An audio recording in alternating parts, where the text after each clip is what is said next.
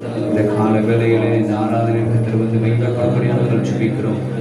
ஆண்டவரே, உம்மை பாடி துதிக்கவும், உம்மை ஆராதிக்கவும், உம்மை பணிந்து கொள்ளவும் ஆண்டவரே ஒருவரைக்கு ஆராதனை செய்யும்படியாக இந்த காலங்களில் வந்திருக்கிறோம். ஆண்டவரே கர்த்தாவே, சபையாய் சேர்ந்து விசுவாசிகளோடு சேர்ந்து உம்மை ஆராதிக்க கர்த்தர்கள் கிருபை செய்யுங்க. ஆண்டவரே, சிறு பிள்ளைகள், வாலிபர்கள், ஆண்கள், பெண்கள், பெரியவர்கள் எல்லாரையும் கர்த்தர் அழைத்து கொண்டு வருவீராக. உற்சாகமாய் பாடி துதிக்க ஆராதிக்க கர்த்தரைகளை நிரப்பும்படியா நாங்கள் சொல்லிக்கிறோம். ஆண்டவரே, எல்லாரையும் நிரப்புங்க. ஆண்டவரே, எல்லாரையும் நிரப்பும்படியா நாங்கள் சொல்லிக்கிறோம். ஆண்டவரே, மாம்சமான யாவர் மேலும் என் ஆவியை ஊற்றுவேன் என்று சொன்னவர் இந்த கால வேளையிலே ஆண்டவரே ஆவியினால் எங்களை நிரப்புவீராக நாங்கள் சொல்லிக்கிறோம். ஆண்டவரே, எங்களை விசுவாசத்தை வர்த்திக்க பண்ணுவீராக. இந்த கால வேளையில் ஒரு முழு பலன் அடைந்து இந்த இடத்தை விட்டு கடந்து செல்ல ஆண்டவரே இந்த வார்த்தையினாலும் ஆண்டவரே ஆவியினால் எங்களை ஆண்டவரை எடுத்து நிறுத்தும்படியா நாங்கள் சொல்லிக்கிறோம். ஆண்டவரே ஸ்தோத்திரம். ஆண்டவரே, தொடர்ந்து காத்துக்கொள்ளும் ஆசீர்வதியும் இயேசுவின் நாமத்தில் ஜெபிக்கிறோம் நல்ல பிதாவே, ஆமென். ஸ்தோத்திரம். பரிசுத்த பரிசுத்த பரிசுத்த எங்கள் பரலோக ராஜாவே, இந்த வானபூமியுள்ள யாவும் உங்கள் நாமத்தை உயர்த்தட்டுமே. பூமி அனைத்திலும் உங்கள் மகிமை நிறைந்து வருகின்றதே. ஆலயத்திலும் உங்கள் மகிமை அலையலையாய் அசைகின்றதே.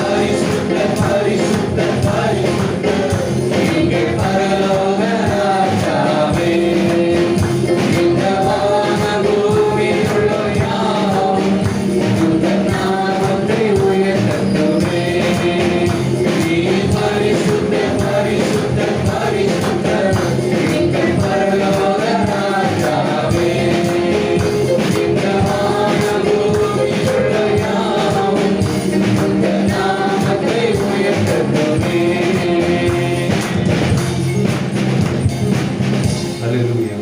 உங்கள் பாடலில் சொல்லுவோம். ஓ இந்த உள்ளம் நீர் வந்ததா.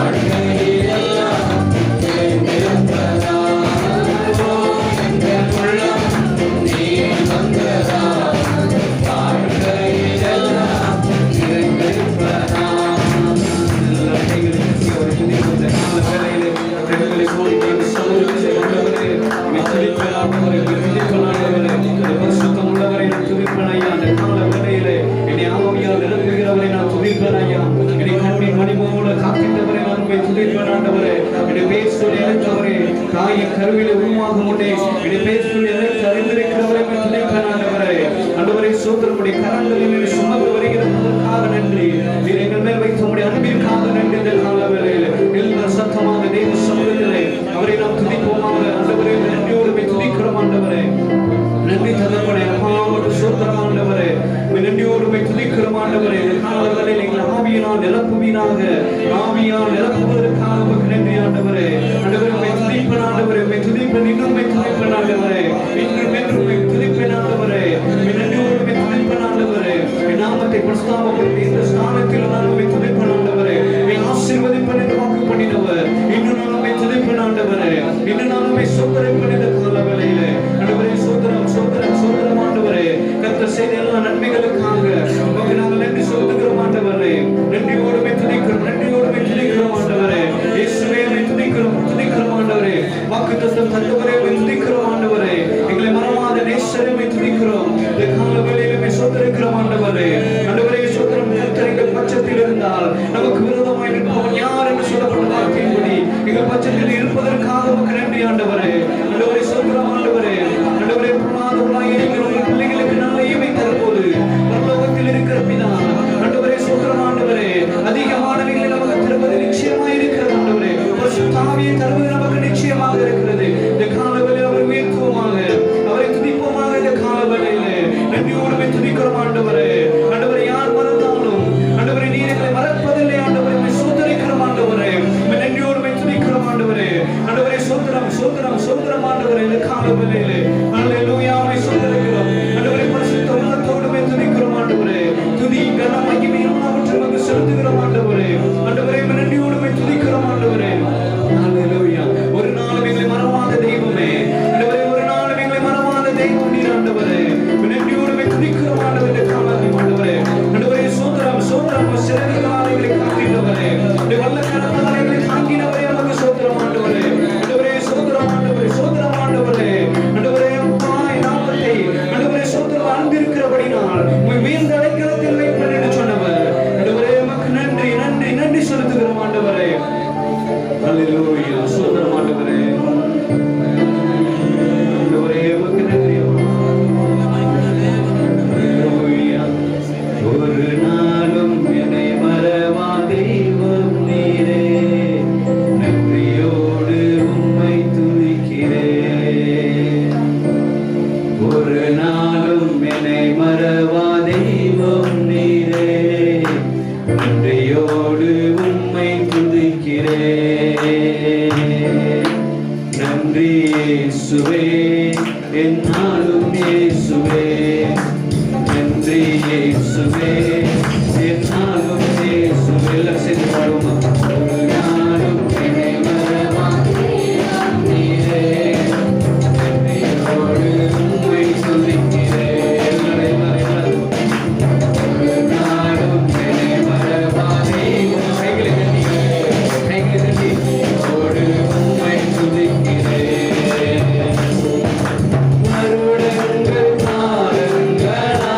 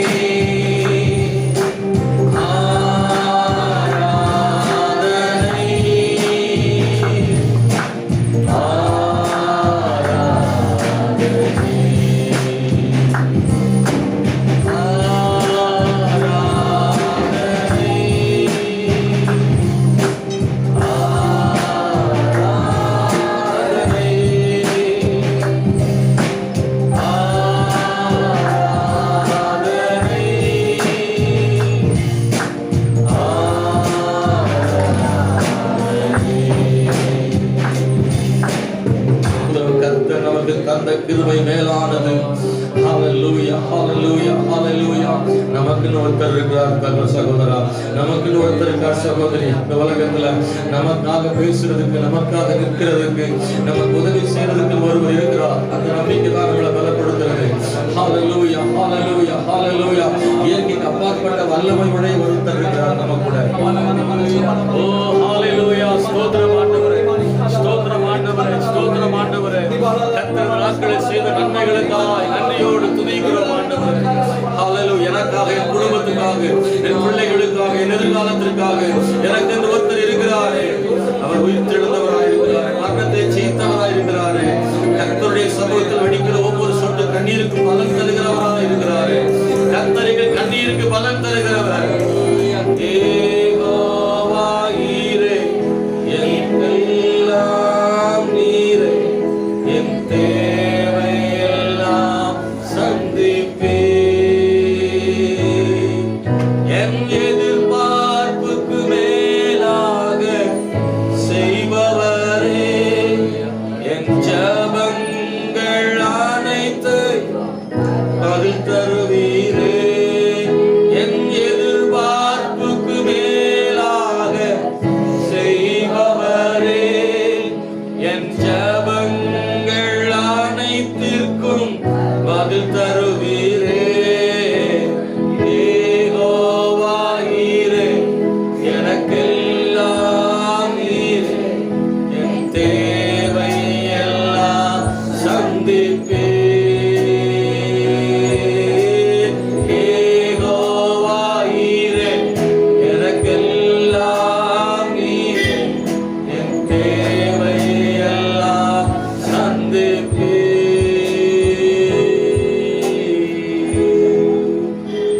யெகோவா ஈரே, எனக்கு எல்லாமே நீரே அப்பா, எனக்கு எல்லாமே நீங்க தான் ஆண்டவரே. இந்த கால வேளையில கர்த்தாவே, எங்களுக்கு நீர் தான் ஆண்டவரே. இந்த பாடல் ஒரு நம்பிக்கையின் பாடல். என் நம்பிக்கை ஆண்டவர்கிட்ட நான் சொல்றேன். என் ஆண்டவர் மேல நான் நம்பிக்கை வச்சிருக்கிறேன். என்னை தலைக்குனிய விட மாட்டாரு நம்புறேன். நான் ஆண்டவர்கிட்டே அதை சொல்றேன். அப்பா, நீங்க என்னை தலைக்குனிய விட மாட்டீங்கன்னு நம்புறேன்றத ஆண்டவர்கிட்ட சொல்றோம். என் எதிர்பார்ப்புக்கு மேலாகவே நீர் எனக்கு தருவீர் ஆண்டவரே. நான் எதிர்பார்க்கிறத விட எனக்கு அதிகமாகவே கிரியை செய்வீர் ஆண்டவரே. என்னை ஒவ்வொரு நாளும் அதிசயமாக நடத்துவீர் ஆண்டவரே. என்னுடைய பலவீனங்கள்ல உங்க பலன் எனக்கு போதுமானதா இருக்கும். உங்களுடைய பலன் எனக்கு போதுமானதா இருக்கும். என் பற்றாக்குறைகள்ல நீர் திறக்கும் வழி எனக்கு போதுமானதா இருக்கும் ஆண்டவரே. எனக்கு விரோதமாய் சத்துரு எழும்பும் போது கர்த்தர் எனக்காக யுத்தம் செய்வீர் என்ற நம்பிக்கை எனக்கு இருக்கு ஆண்டவரே. ஹalleluya ஹalleluya. praise the Lord. யெகோவா ஈரே, எனக்கெல்லாம் நீரே, என் தேவையெல்லாம் சந்திப்பீர். யெகோவா ஈரே, எனக்கெல்லாம் நீரே, என்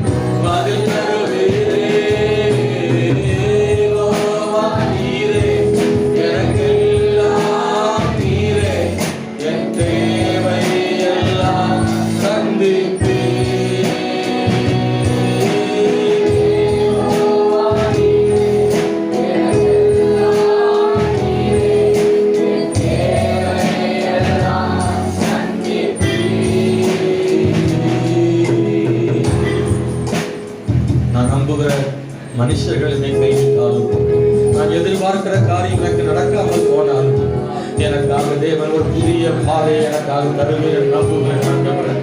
நான் விரும்புகிறபடி நடக்காமல் போகலாம், என் வாழ்க்கையில் கர்த்தர் விரும்புகிறபடி நடக்கட்டும். கர்த்தர் விரும்புகிறபடி என் வாழ்க்கையில் நடக்கட்டும். அது எனக்கு ஆசீர்வாதமாகவே இருக்கும். என் தேவன் என்னை ஒருபோதும் கைவிட மாட்டீர் ஆண்டவரே. என் கர்த்தர் ஒருபோதும் என்னை கைவிடுவதில்லை.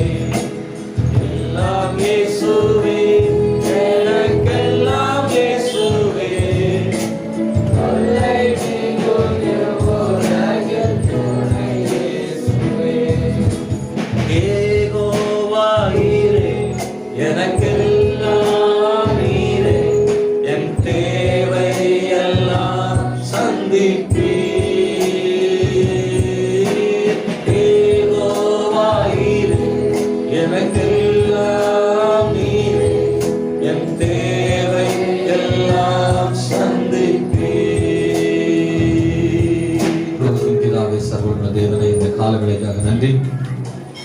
இப்போதும் கூட ஆண்டவரே, உடைய சமூகத்தில் நாங்கள் கேட்க போகிற வார்த்தைகளுக்காக ஸ்தோத்திரம்.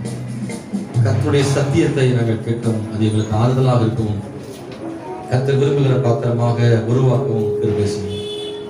சகலவற்றிலும் கர்த்தர் பெரியவராய் நடத்தும்படி ஜெபிக்கிறோம். கர்த்தர் பதில் தருகிறவர், கைவிடாதவர். சமாதானத்தோடே போ என்று சொன்னீர். என்னுடைய பிள்ளைகள் மகிழ்ச்சியோடும் சமாதானத்தோடும் இந்த ஆராதனை முடிந்து வீடுகளுக்கு செல்லத்தக்கதாக கிருபை செய்யும். இந்த ஆராதனை உடைய பிள்ளைகளுக்கு ஒரு மன நிறைவே தரட்டும். கர்த்தருடைய பதிலை உடைய பிள்ளைகள் பெற்றுக் கொள்ளட்டும். ஆசீர்வாதம் வர வேண்டிய மக்கள் இருந்தால் கடைகளை மாற்றி கொண்டு வார். இயேசுவின் நாமத்தில் ஜெபிக்கிறோம் நல்ல பிதாவே, ஆமென்.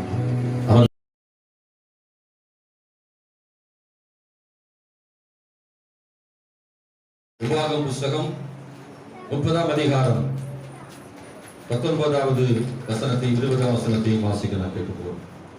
நான் ஜீவனையும் மரணத்தையும் ஆசீர்வாதத்தையும் சாபத்தையும் உனக்கு முன் வைத்தேன் என்று உங்கள் மேல் வானத்தையும் பூமியும் என்று சாட்சி வைக்கிறேன். ஆகையால் நீயும் உன் சந்ததியும் பிழைக்கும்படிக்கு நீ ஜீவனை தெரிந்து கொண்டு கர்த்தர் உன் பிதாக்களாகிய ஆபிரகாமுக்கும் ஈசாக்குக்கும் யாக்கோபுக்கும் கொடுப்பேன் என்று அவர்களுக்கு ஆணையிட்டு கொடுத்த தேசத்திலே குடியிருக்கும்படிக்கு உன் தேவனாகிய கர்த்தரில் அன்பு கூர்ந்து அவர் சத்தியத்திற்கு செவி கொடுத்து அவரை பற்றி கொள்வாயாக. அவரே உனக்கு ஜீவனும் தீர்க்காயுசுமானவர் என்றார். எல்லாரும் வசனத்தை நாம் கவனித்திருப்போம் நம்புறேன். உபாகமம் புஸ்தகம் 30ஆம் அதிகாரத்தில் 19 வசனங்கள். பழைய ஏற்பாட்டில் 263 பக்கத்தில் இருக்கிறது. ஆமென், ஸ்தோத்திரம். இந்த கால வேளையில ஆண்டவருடைய வசனம், ஆமென், ஸ்தோத்திரம். விசுவாசமும் தெரிந்து கொள்ளுதலும் உண்மையாய் கர்த்தரை விசுவாசிக்கிறவருடைய தேர்ந்தெடுப்பு எப்படிப்பட்டதாக இருக்கும் எதைத்தான் அந்த கால வேளையில பார்க்க போறோம்.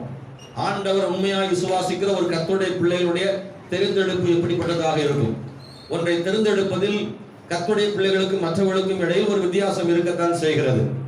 ஏனென்றால் தெரிந்தெடுப்பு என்பது மனதை பொறுத்தது. மன அளவிலே நாம் என்ன நினைக்கிறோம் அதை பொறுத்தே நாம் தெரிந்தெடுக்கிறோம்.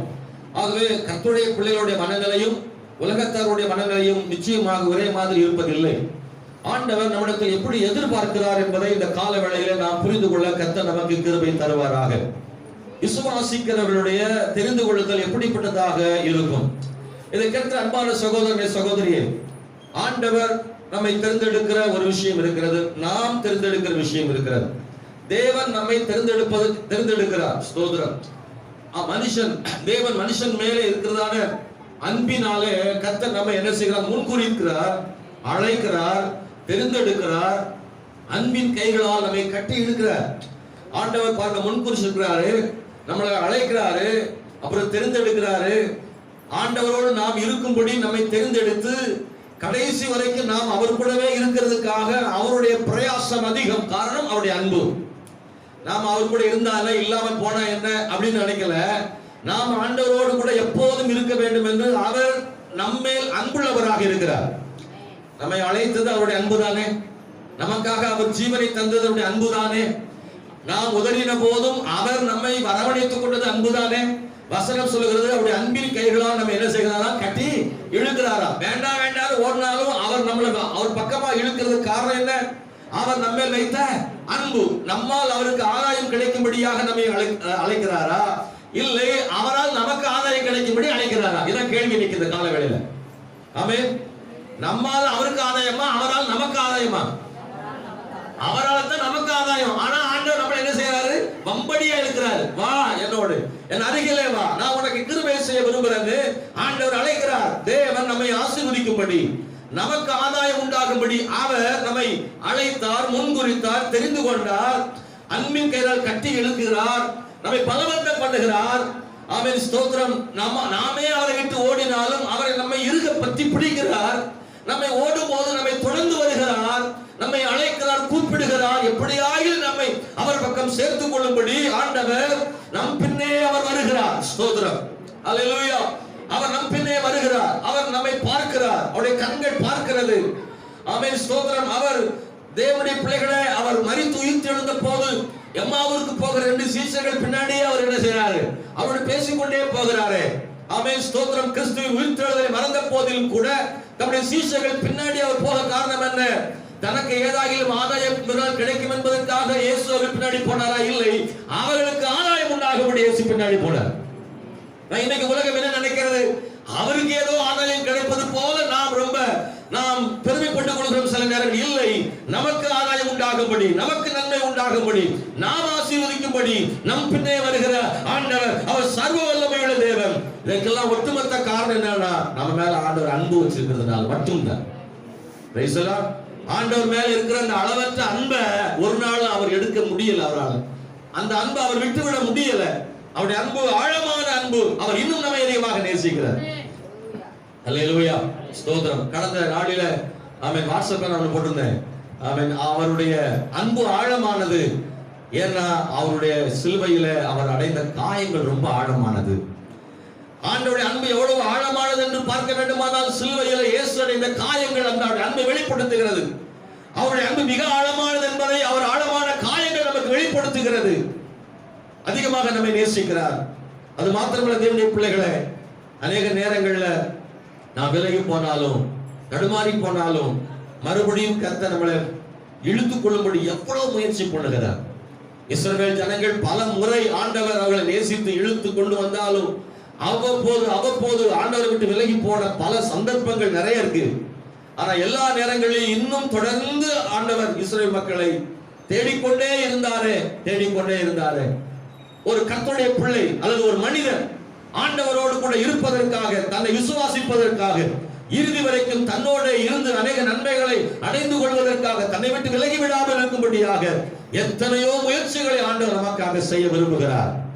ஆனால் இதெல்லாவற்றின் மத்தியிலே ஒரு மனிதன் தான் அவரை தெரிந்து கொள்ளாத வரைக்கும் ஆண்டவருடையதான அந்த அன்பை அவன் இழந்து போய் விடுகிறான். ஸ்தோத்திரம். எத்தனை பேருக்கு புரியுது?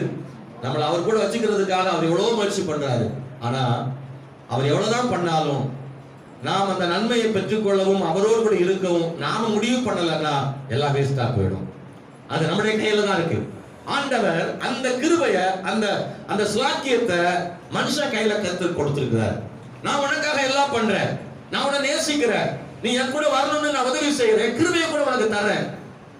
உன் கையை பிடிச்சு இழுத்து ஆசீர்வாதம் பெற்றுக்கொள்ளும்படி உன் தலையின் மேல் கை வைத்து ஆசீர்வதிக்கிறேன். நீ தடுமாறும் போது உன்னை தூக்கி சுமக்கிறேன். நீ என்னெல்லாம் கேட்கிற அதெல்லாம் நான் கொடுக்க விரும்புகிறேன். என்னுடைய கிருபைகளையும் ஈவுகளையும் அன்பையும் இரக்கத்தையும் பாசத்தையும் நான் உனக்கு கொடுக்கிறேன். சொல்லப்போய் ஒரே குமாரனையும் உனக்காக தர, தன் ஜீவனை ரத்தத்தையும் இந்த உலகத்தில் சிந்த உனக்காக எல்லாவற்றையும் கொடுப்பதற்கு ஆயத்தமா இருக்கிறார். ஆனா நீ என்னை தெரிந்து கொள்வாயா என்ற ஒரு இடத்துல கர்த்தர் வைக்கிறார். இஸ்ரவேல் மக்களுக்கு கர்த்தர் சொல்லும்போது இப்படி சொல்றாரு, ஜீவனையும் மரணத்தையும் உனக்கு முன்பாக வைக்கிறேன், ஆசீர்வாதத்தையும் சாபத்தையும் உனக்கு முன்பாக வைத்தேன் என்று உங்கள் மேல் வானத்தையும் பூமியும் என்று சாட்சியாக வைக்கிறேன். ஆகையால் நீ உன் சந்ததி பிழைக்கும்படிக்கு நீ ஜீவனை தெரிந்து கொண்டு. ஆனா நல்ல கவனிங்க, ஆண்டவர் நம்மை பலவந்தம் பண்றாருனாலும் குறிப்பிட்ட காரியத்துல தெரிந்தெடுக்கிற உரிமையை ஆண்டவர் நம்ம கையில கொடுத்துக்கிறார். நம்மள ஒரு மிஷன் மாதிரி, ஒரு கம்ப்யூட்டர் மாதிரி கர்த்தர் நம்மளை படைக்கல. சுயாதீனம் உள்ளவனாக, பகுத்தறிவு உள்ளவனாக, எதை தேர்ந்தெடுக்கவும் உரிமை உள்ளவனாக ஆண்டவர் படைத்திருக்கிறார். மனுஷனுடைய படைப்பு மகிழமானது. தேவனுடைய படைப்பு மனிதனை படைக்கும் போது முழு உரிமையோடும் சுதந்திரத்தோடும் பகுத்தறிவோடும் எதை தேர்ந்தெடுக்கவும் வல்லமை உடையவனாகவும் தேவன் படைத்தார். ஒரு கட்டுப்பாட்டுக்குள்ளே ஆண்டவரை இயக்குகிறவராக அல்ல, அவர் வழி நடத்துகிறார். ஆனால் ஆண்டவர் வழி நடத்துகிற பாதையில் போகவும் போகாதிருக்கவும் மனிதனுக்கு உரிமையை கர்த்தர் கொடுத்திருக்கிறார். ஆண்டவரே கயிறு கட்டி அவருடைய பாதையில் நடப்பதற்காக உன்னை முழுவதுமாக ஒரு மிஷன் போல கர்த்தர் அப்படி நடத்துகிறவர் அல்ல. நீ விரும்பினால் கர்த்தர் நடத்துவார், நீ விரும்பாவிட்டால் என்ன செய்வார்? விட்டு விடுவார். ஆண்டவர் உலகத்தை உண்டாக்கின போது ஆதாமுக்கும் ஏவாளுக்கும் கர்த்தர் சொன்னது, இங்கே ஸ்தோத்திரம் 2 விதமான விருட்சம் இருக்கிறது. ஒன்னு நன்மை தீமை அறியத்தக்க விருட்சம், இன்னொன்னு ஸ்தோத்திரம் ஆமென் மற்ற எல்லா கனிகளும் அங்கே இருக்கிறது. எல்லாத்தையும் சாப்பிடலாம், இல்ல அதனுடைய இதையும் என்ன செய்யலாம்? சாப்பிட முடியும். ஆகவே நீ தெரிந்தெடுத்துக் கொள்வதுதான் இருக்கிறது. தேவன் உனக்காகவே படைத்த எல்லாம் இருக்கிறது, அதை நீ புசிக்கலாம். இல்லை வேண்டாம் என்று ஒதுக்கப்பட்ட ஒரு விருட்சம், அவருடைய கீழ்ப்படிதலை கர்த்தர் கவனிக்கும்படி நன்மை தீமை அறியத்தக்க அந்த விருட்சத்தை நான் உனக்கு விலக்கி வைக்கிறேன், அதையும் நீ புசிக்கலாம். ஆனா புசிக்க வேண்டாம் என்று கர்த்தர் சொல்கிறார். நல்லா கவனிக்கணும். ஆண்டவருடைய படைப்பும் அவருடைய தேர்ந்தெடுத்தலும் மனுஷனுக்கு கர்த்தர் கொடுத்த உரிமையையும் நாம் புரிந்து கொள்ள வேண்டும். மனிதன் விரும்பினால் அந்த கனியை புசிக்க முடியும், ஆனால் தேவனுடைய விருப்பம் என்ன? அதை புசிக்க கூடாது என்று கர்த்தர் சொல்றார். ஆனால் தெரிந்தெடுக்கிற உரிமையை கர்த்தர் கொடுத்திருக்கிறார். ஆனால் ரெண்டையும் கர்த்தர் வைக்கிறார். இங்க அப்படிதான் சொல்லிருக்கு, ஜீவனையும் மரணத்தையும் நான் வைக்கிறேன், ஆசீர்வாதத்தையும் சாபத்தையும் வைத்திருக்கிறேன். ஆனா தெரிந்தெடுக்க வேண்டிய பொறுப்பு யாருடையது? மனிதனுடையது. நீங்கள் நானும் எதை வேண்டுமானாலும் தெரிந்து கொள்வதற்கான வாய்ப்புகளை கர்த்தர் நமக்கு கொடுத்திருக்கிறார். இந்த காலவேளை தேவனுடைய பிள்ளைகளை ஸ்தோத்திரம், வேதத்துல பல மனிதர்கள் தெரிந்தெடுத்த காரியத்தை நாங்கள் பார்க்க போகிறோம். அன்பானவர்களே ஸ்தோத்திரம், இந்த காலவேளையில ஜீவனை தெரிந்தெடுத்த யோசேப்பு ஸ்தோத்திரம் மரணத்தையும் ஜீவனையும் முன்னே வைத்திருக்கிறார், பரிசுத்தத்தையும் பாவத்தையும் முன்னே வைத்திருக்கிறார், நன்மைகளையும் தீமைகளையும் கர்த்தர் முன்னே வைத்திருக்கிறார். ஆனால் தெரிந்து கொள்ள வேண்டியது நம்முடைய பொறுப்பாக இருக்கிறது. ஆனால் நன்மையை விட தீமை பகட்டாக தெரியும், பாவத்தை விட பரிசுத்தத்தை விட பாவம் பகட்டாக தெரியும். ஆமென். ஜீவனை விட மரணமானது ஆமென் ஸ்தோத்திரம் பகட்டாக தெரியலாம். ஆனால் அதுதான் தேவன் நமக்கு தெரிந்தெடுக்கும்படியாக கொடுத்திருக்கிறதான உரிமை. ஸ்தோத்திரம். எரேமியாவில் வாசிக்கிற போது 2ஆம் அதிகாரம் 13 சொல்லும்போது இப்படி சொல்லி இருக்கிறது, என் ஜனங்கள் 2 தீமை செய்தார்கள், ஜீவ தண்ணீராக என்னை விட்டு விட்டார்கள், வெடிப்புள்ள தொட்டிகளை தங்களுக்காக தெரிந்து கொண்டார்கள். ரொம்ப ஏக்கத்தோடு ஆண்டவர் சொல்லுகிற வார்த்தை அது. நீங்க படித்து பாருங்கள். எரேமியா 2ஆம் அதிகாரம் 13ஆம் வசனம். சில நேரங்களில் நீங்கள் எழுதி வைத்துக் கொள்ளுங்கள், இப்பொழுது படிக்க முடியாவிட்டாலும் வீடுகளிலே போய் அந்த வசனங்களை வாசித்து பாருங்கள். ஆண்டவராகிய தேவன் இஸ்ரவேல் ஜனங்களை பார்த்து ஒரு ஏக்கத்தோடு சொல்றார், என் ஜனங்கள் 2 விதமான தீமைகளை செய்து விட்டார்கள். ஒன்று ஜீவ தண்ணீராகிய என்னை விட்டு விட்டார்கள், இன்னொன்று வெடிப்புள்ள தொட்டிகளை அவர்களுக்காக தெரிந்து கொண்டார்கள். இஸ்ரவேலுடைய தெரிந்தெடுப்பு தவறாய் போனது. ஆனாலும் தேவன் மறுபடியும் மன்னித்து அவர்களை தன் பக்கமாக சேர்த்துக் கொள்ள விரும்பினார். ஹல்லேலூயா. நான் எத்தனையோ தூரம் உங்களை சேர்த்துக் கொள்ள மனமுள்ளவனாக இருந்தேன், நீங்களோ என்னை விட்டு தூரமாய் போனீர்கள் என்று கர்த்தர் சொல்கிறார். இதை கேட்கிற அன்பான சகோதர சகோதரியே, ஆண்டவர் நம்மகிட்ட கேட்கிறார், நீ எதை தேர்ந்தெடுக்கிறாய்? மரணத்தையா ஜீவனையா? பரிசுத்தத்தையா பாவத்தையா? விசுவாசம் உள்ளவன் ஜீவனையே தேர்ந்தெடுப்பான். ஐயோ உயர்த்தி கர்த்தரை துதிக்கிறீங்களா? விசுவாசம் உள்ளவன் ஜீவனையே தேர்ந்தெடுப்பான். விசுவாசமும் அவன் தெரிந்தெடுத்தலும். இந்த காலவேளையில் தேவனுடைய பிள்ளைகளே, நீங்கள் நான் விசுவாசம் உள்ளவர்களாக இருந்தால் நிச்சயமாக ஜீவனையே நாம் தேர்ந்தெடுக்க முடியும். ஜீவனையே தேர்ந்தெடுப்போம். அது மாத்திரமல்ல அன்பானவர்களே, ஆதியாகமம் 39ஆம் அதிகாரத்தில் 9ஆம் வசனத்தை வாசிக்க விரும்புகிறேன். 39ஆம் அதிகாரம், ஆதியாகமம் 39ஆம் அதிகாரம் 9ஆம் வசனம். இந்த வீட்டிலே என்னிலும் பெரியவன் இல்லை, நீ அவருடைய மனைவியா இருக்கிறபடியால் உன்னை தவிர வேறொன்றையும் அவர் எனக்கு விலக்கி வைக்கவில்லை. இப்படி இருக்க நான் இத்தனை பெரிய பொல்லாங்குக்கு உடன்பட்டு தேவனுக்கு விரோதமாய் பாவம் செய்வது எப்படி என்றார். இந்த சம்பவம் பலர் வரை நாம் படித்திருக்கக்கூடிய ஒரு வசனம். அவன் போத்திபார் என்பவருடைய வீட்டில விலைக்கு விற்கப்பட்ட யோசேப்பு, அடிமையாக சென்ற யோசேப்பு, அந்த வீட்டில அவன் உரிமையானவனாக மாறி போனான். அந்த போத்திபார் அவனை கண்டு மனுஷ தயவுள்ளவனாக அவனுக்கு எல்லா விதமான உரிமைகளையும் கொடுத்திருந்தான். யோசேப்பை சொல்லுகிறான், யோசேப்பின் மனைவியை தவிர வேறு எதையும் அவன் விசாரித்ததில்லை. வீட்டுக்குள்ள எல்லா உரிமைகளையும் கொடுத்திருந்தான். அவன் ஸ்தோத்திரம், ஒரு எஜமானை போல ஒரு விசாரணை கர்த்தனாக அந்த இடத்துல வைக்கப்பட்டிருந்தான். ஆகவே யோசேப்புக்கு அந்த வீட்டிலே சகல உரிமைகளும் கொடுக்கப்பட்டிருந்தது. காரணம், கர்த்தர் யோசேப்போடு இருந்ததனால, உண்மை உள்ளவனாக அவன் இருந்ததனால, நேர்மையானவனாக இருந்ததனால, அவனுக்குள்ள நீதி இருந்ததனால அவனை போத்திபாருடைய அரண்மனையில விசாரணைக்காரனாக உயர்த்தி வைத்திருந்தான். ஆனால் அவனுடைய மனைவியோ இவனை பாவத்தில் விளை செய்வதற்கான பல சூழ்ச்சிகளை செய்கிறதை நாம் பார்க்கிறோம். நித்தம் நித்தம் அவனை தொடர்ந்து போராடி அவரை பாவத்தில் விளை வைக்க செய்த போது, நினைத்த போது அவன் எல்லாவற்றிலேயும் விலகி போனான் என்பதை பார்க்கிறோம். அன்பானவர்களே, இந்த இடத்துல அவன் ஜீவனையும் தெரிந்து கொள்ள முடியும், அவன் மரணத்தையும் தெரிந்து கொள்ள முடியும். போத்திபாருடைய மனைவியுடைய சொல்லுக்கு கீழ்ப்படிந்து பாவம் செய்து அந்த வீட்டிலே இன்னும் அதிகமாக வசதியாக வாழ முடியும். ஆனால் அதே நேரத்தில் அதை வெறுத்தும் அவன் ஜீவனை தெரிந்து கொள்ளவும் முடியும். ரெண்டுமே அந்த வீட்டில் இருக்கு. ஹல்லேலூயா. இந்த இடத்துல தான் யோசேப்பு செய்த காரியம் என்ன, யோசேப்பு எதை தேர்ந்தெடுத்தான் என்பதை நாம் இங்கே காண வேண்டியது இருக்கிறது. அன்பான கர்த்தருடைய பிள்ளைகளே, இந்த காலவேளையில 8ஆம் வசனத்தை வாசிக்கிறேன். அவனோ தன் எஜமானுடைய மனைவியின் சொல்லுக்கு இணங்காமல் அவளை நோக்கி, இதோ வீட்டிலே என்னிடத்தில் இருக்கிறவைகளில் யாதொன்றை குறித்தும் என் ஆண்டவன் விசாரியாமல் தமக்கு உண்டான எல்லாவற்றையும் என் கையிலே ஒப்புவித்திருக்கிறார். அன்பானவர்களே, கவனிக்க வேண்டிய ஒரு விஷயம் தெரியுமா? யோசேப்பு மரணத்தை அல்ல, ஜீவனையே தெரிந்து கொண்டார். நல்லா சொல்லக்கூடாதா? யோசேப்பு ஜீவனையே தெரிந்து கொண்டார். ஜீவனை தெரிந்து கொள்ளுதல் எளிதல்ல, மரணத்தை தெரிந்து கொள்ளுதல் எளிது. அப்படித்தான் அவன் உலக சிந்தனை, மாம்சம் அப்படித்தான் செயல்படுகிறது.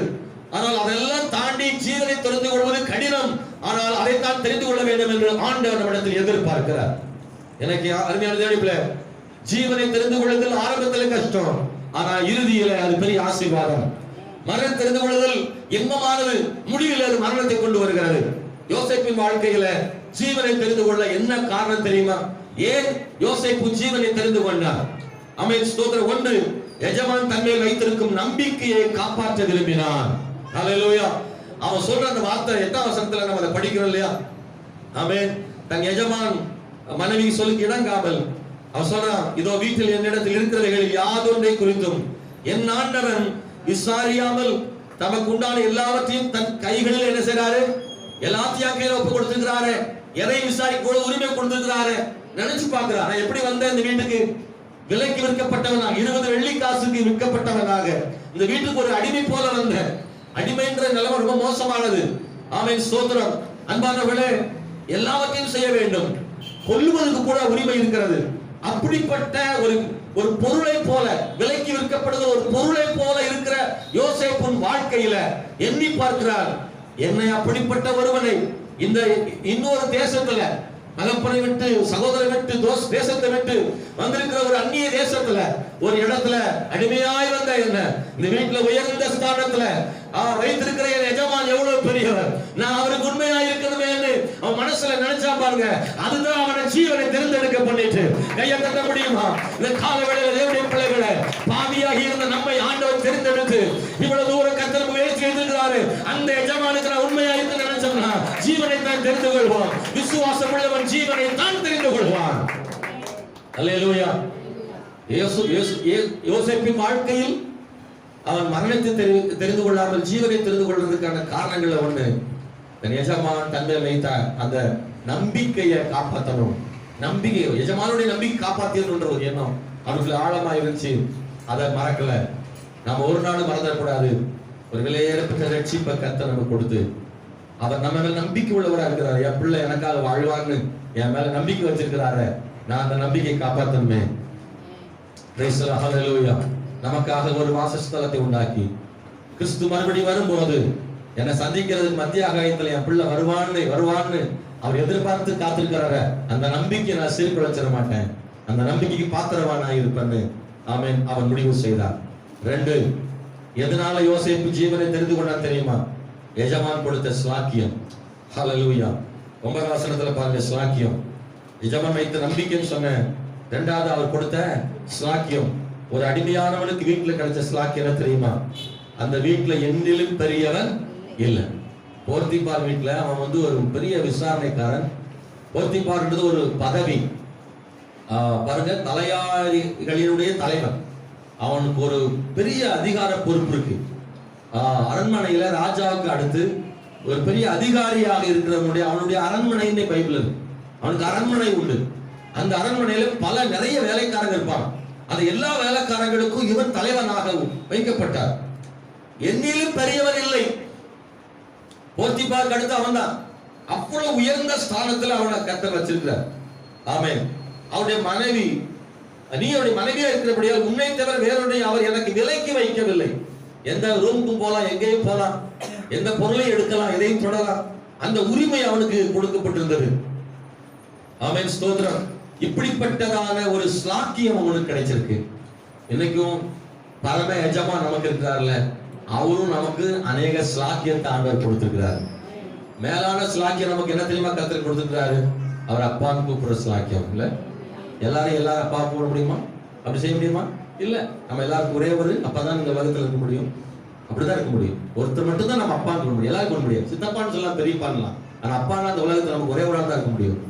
ஆனால் பரம தகப்பன் நமக்கு அந்த ஸ்லாக்கியத்தை ஆண்டவர் நமக்கு கொடுத்திருக்கிறார். தேவனை தகப்பன் என்று கூப்பிடும்படி. ஹல்லேலூயா. கிறிஸ்து நமக்காக சிலுவையில் மரித்ததுனால அந்த ஸ்லாக்கியத்தை ஆண்டவர் நமக்கு கொடுத்திருக்கிறார். பரம தகப்பன், சரீர பிரகாரமான தகப்பன் நமக்கு இருந்தாலும் உன்னத தகப்பன் நமக்கு பொதுவான தகப்பன், எல்லாருக்கும் பொதுவான ஒரு தகப்பன். அந்த ஸ்லாக்கியத்தை ஆண்டவர் கொடுத்திருக்கிறார். அவருக்கு முன்னாடி போய் ஜெபிக்கிற ஸ்லாக்கியத்தை கர்த்தர் நமக்கு கொடுத்திருக்கிறார். முன்னாடி எல்லாம் அப்படி கிடையாது. எல்லாரும் அப்படி சீக்கிரத்தில் அவர் சமூகத்துக்கு போய்விட முடியாது. பழைய ஏற்பாட்டு காலத்தில் இருந்த சூழ்நிலை வேறு. அவ்வளவு எளிதாக தேவனுடைய சமூகத்துக்கு யாரும் போக முடியாது.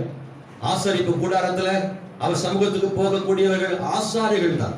அந்த ஆசாரியர்களும் கூட பிரதான ஆசாரியன் தான் தேவ சமூகத்துக்கு வருஷத்துக்கு ஒரு முறை உள்ளே போக முடியும். சில குறிப்பிட்ட மனிதர்கள் மட்டும்தான் தேவனை சந்திக்க முடியும். ஆனால் இப்போது நாம் எல்லாரும் தேவனை சந்திக்கும் ஸ்லாக்கியத்தை சிலுவையின் மூலமாய் கர்த்தர் கொடுத்தாரே, அது பெரிய ஸ்லாக்கியம் தானே, பெரிய ஸ்லாக்கியம் தானே. ஆமென். பழைய ஏற்பாட்டு காலத்துல ஆமென் தேவ சமூகத்துக்கு போனவங்க எல்லாருமே உயிரோடு திரும்பினது கிடையாது. சிலரெல்லாம் பாவத்தால தேவ சமூகத்தில் மரித்து போனது உண்டு. ஆனால் புதிய ஏற்பாட்டுல கிறிஸ்து நமக்காக மரித்ததன் மூலமாக இன்னைக்கு தேவ சமூகத்துல கிருபை உள்ளவராக இருக்கிறாரே.